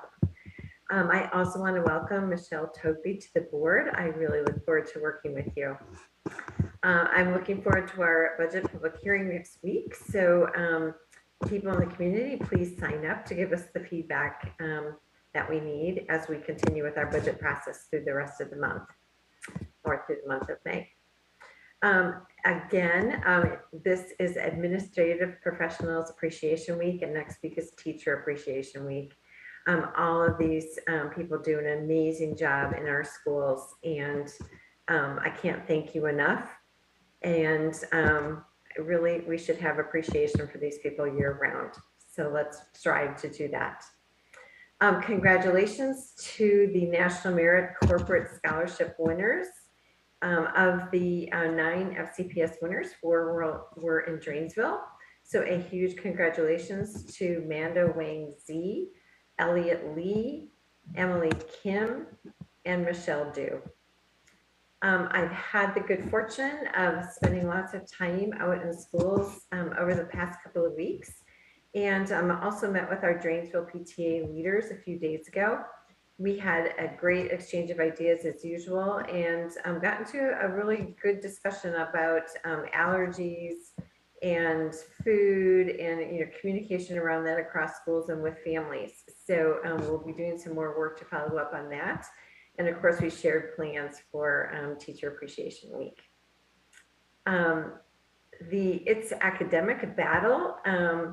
The semifinalists, the battle for the semifinalist spot came down to McLean High School and Langley High School. And I do have to congratulate our Highlander McLean team for moving on in that competition. This past week at Herndon High School, we had a celebration called the Buzzworthy Student Awards. And these are awards that are given to students for making a significant improvement in their academic work, in their approach to school, and their attendance, etc. I want to thank Douglas Tyson for attending also. It was an incredible opportunity, and congratulations to the over 50 students in 9th through 12th grade that received awards. I attended the Cooper versus Longfellow basketball game. It was super close, but our Longfellow Lancers did win that game. And it was just so much fun to see everyone out cheering the teams on. It's just so much fun to be able to do these things in person once again.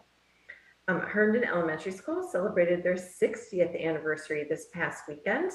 And we, as part of that, dedicated a new outdoor learning space to have quite a robust outdoor learning program. And this is they've added some space to it, and they dedicated it to two community leaders, Ms. Geary and Ms. Vincent, who have been working with the school for several years in getting kids out in the garden and learning. Thank you to Herndon Mayor Sheila Owen, Dr. Brabran, and Dr. Tyson for joining us at this event. I was able to visit Herndon Middle School to look Ms. into... Tolan, your buzzer did go off a little while ago, but we want to let you wrap it up. Too many amazing things in Dreamsville. I know. I just have to say, I will end with, I visited the weightlifting club after school at Herndon Middle, and I had the ultimate of compliments when a group of boys asked me if I was one of the Herndon High School football coaches who generally run that weightlifting club. So that is a good way to end the week. Thank you. Thank you, Ms. Tolan. All right. I had a great busy couple of weeks. Last week I did have the opportunity to celebrate Orthodox Easter, which is the most sacred time of year. It's very big for us, so it was a very, very busy week. I got to enjoy sharing my cultural practices and traditions with my family and my kids, so that was wonderful. But I also had the opportunity to have a PTA roundtable. Thank you to all who joined. I participated in a couple of principal selection community meetings, Center Ridge and Union Mill. I went to a couple of track meets, which were fun. I also got to visit Burke School. It was my first time there, and I think the staff, I got a real insider view to what happens, and it was very enlightening for me. I learned a lot that day. What else? Happy Teacher Appreciation, especially to my kids' teachers. You are amazing, and I am thankful for what you do every day with my kids. And of course, Administrative Professionals Day. Thank you to our wonderful Bev and Laura. We appreciate you every day. You are wonderful to us. Couldn't do this without you. And of course, my staff aide, Shaheen, who is amazing.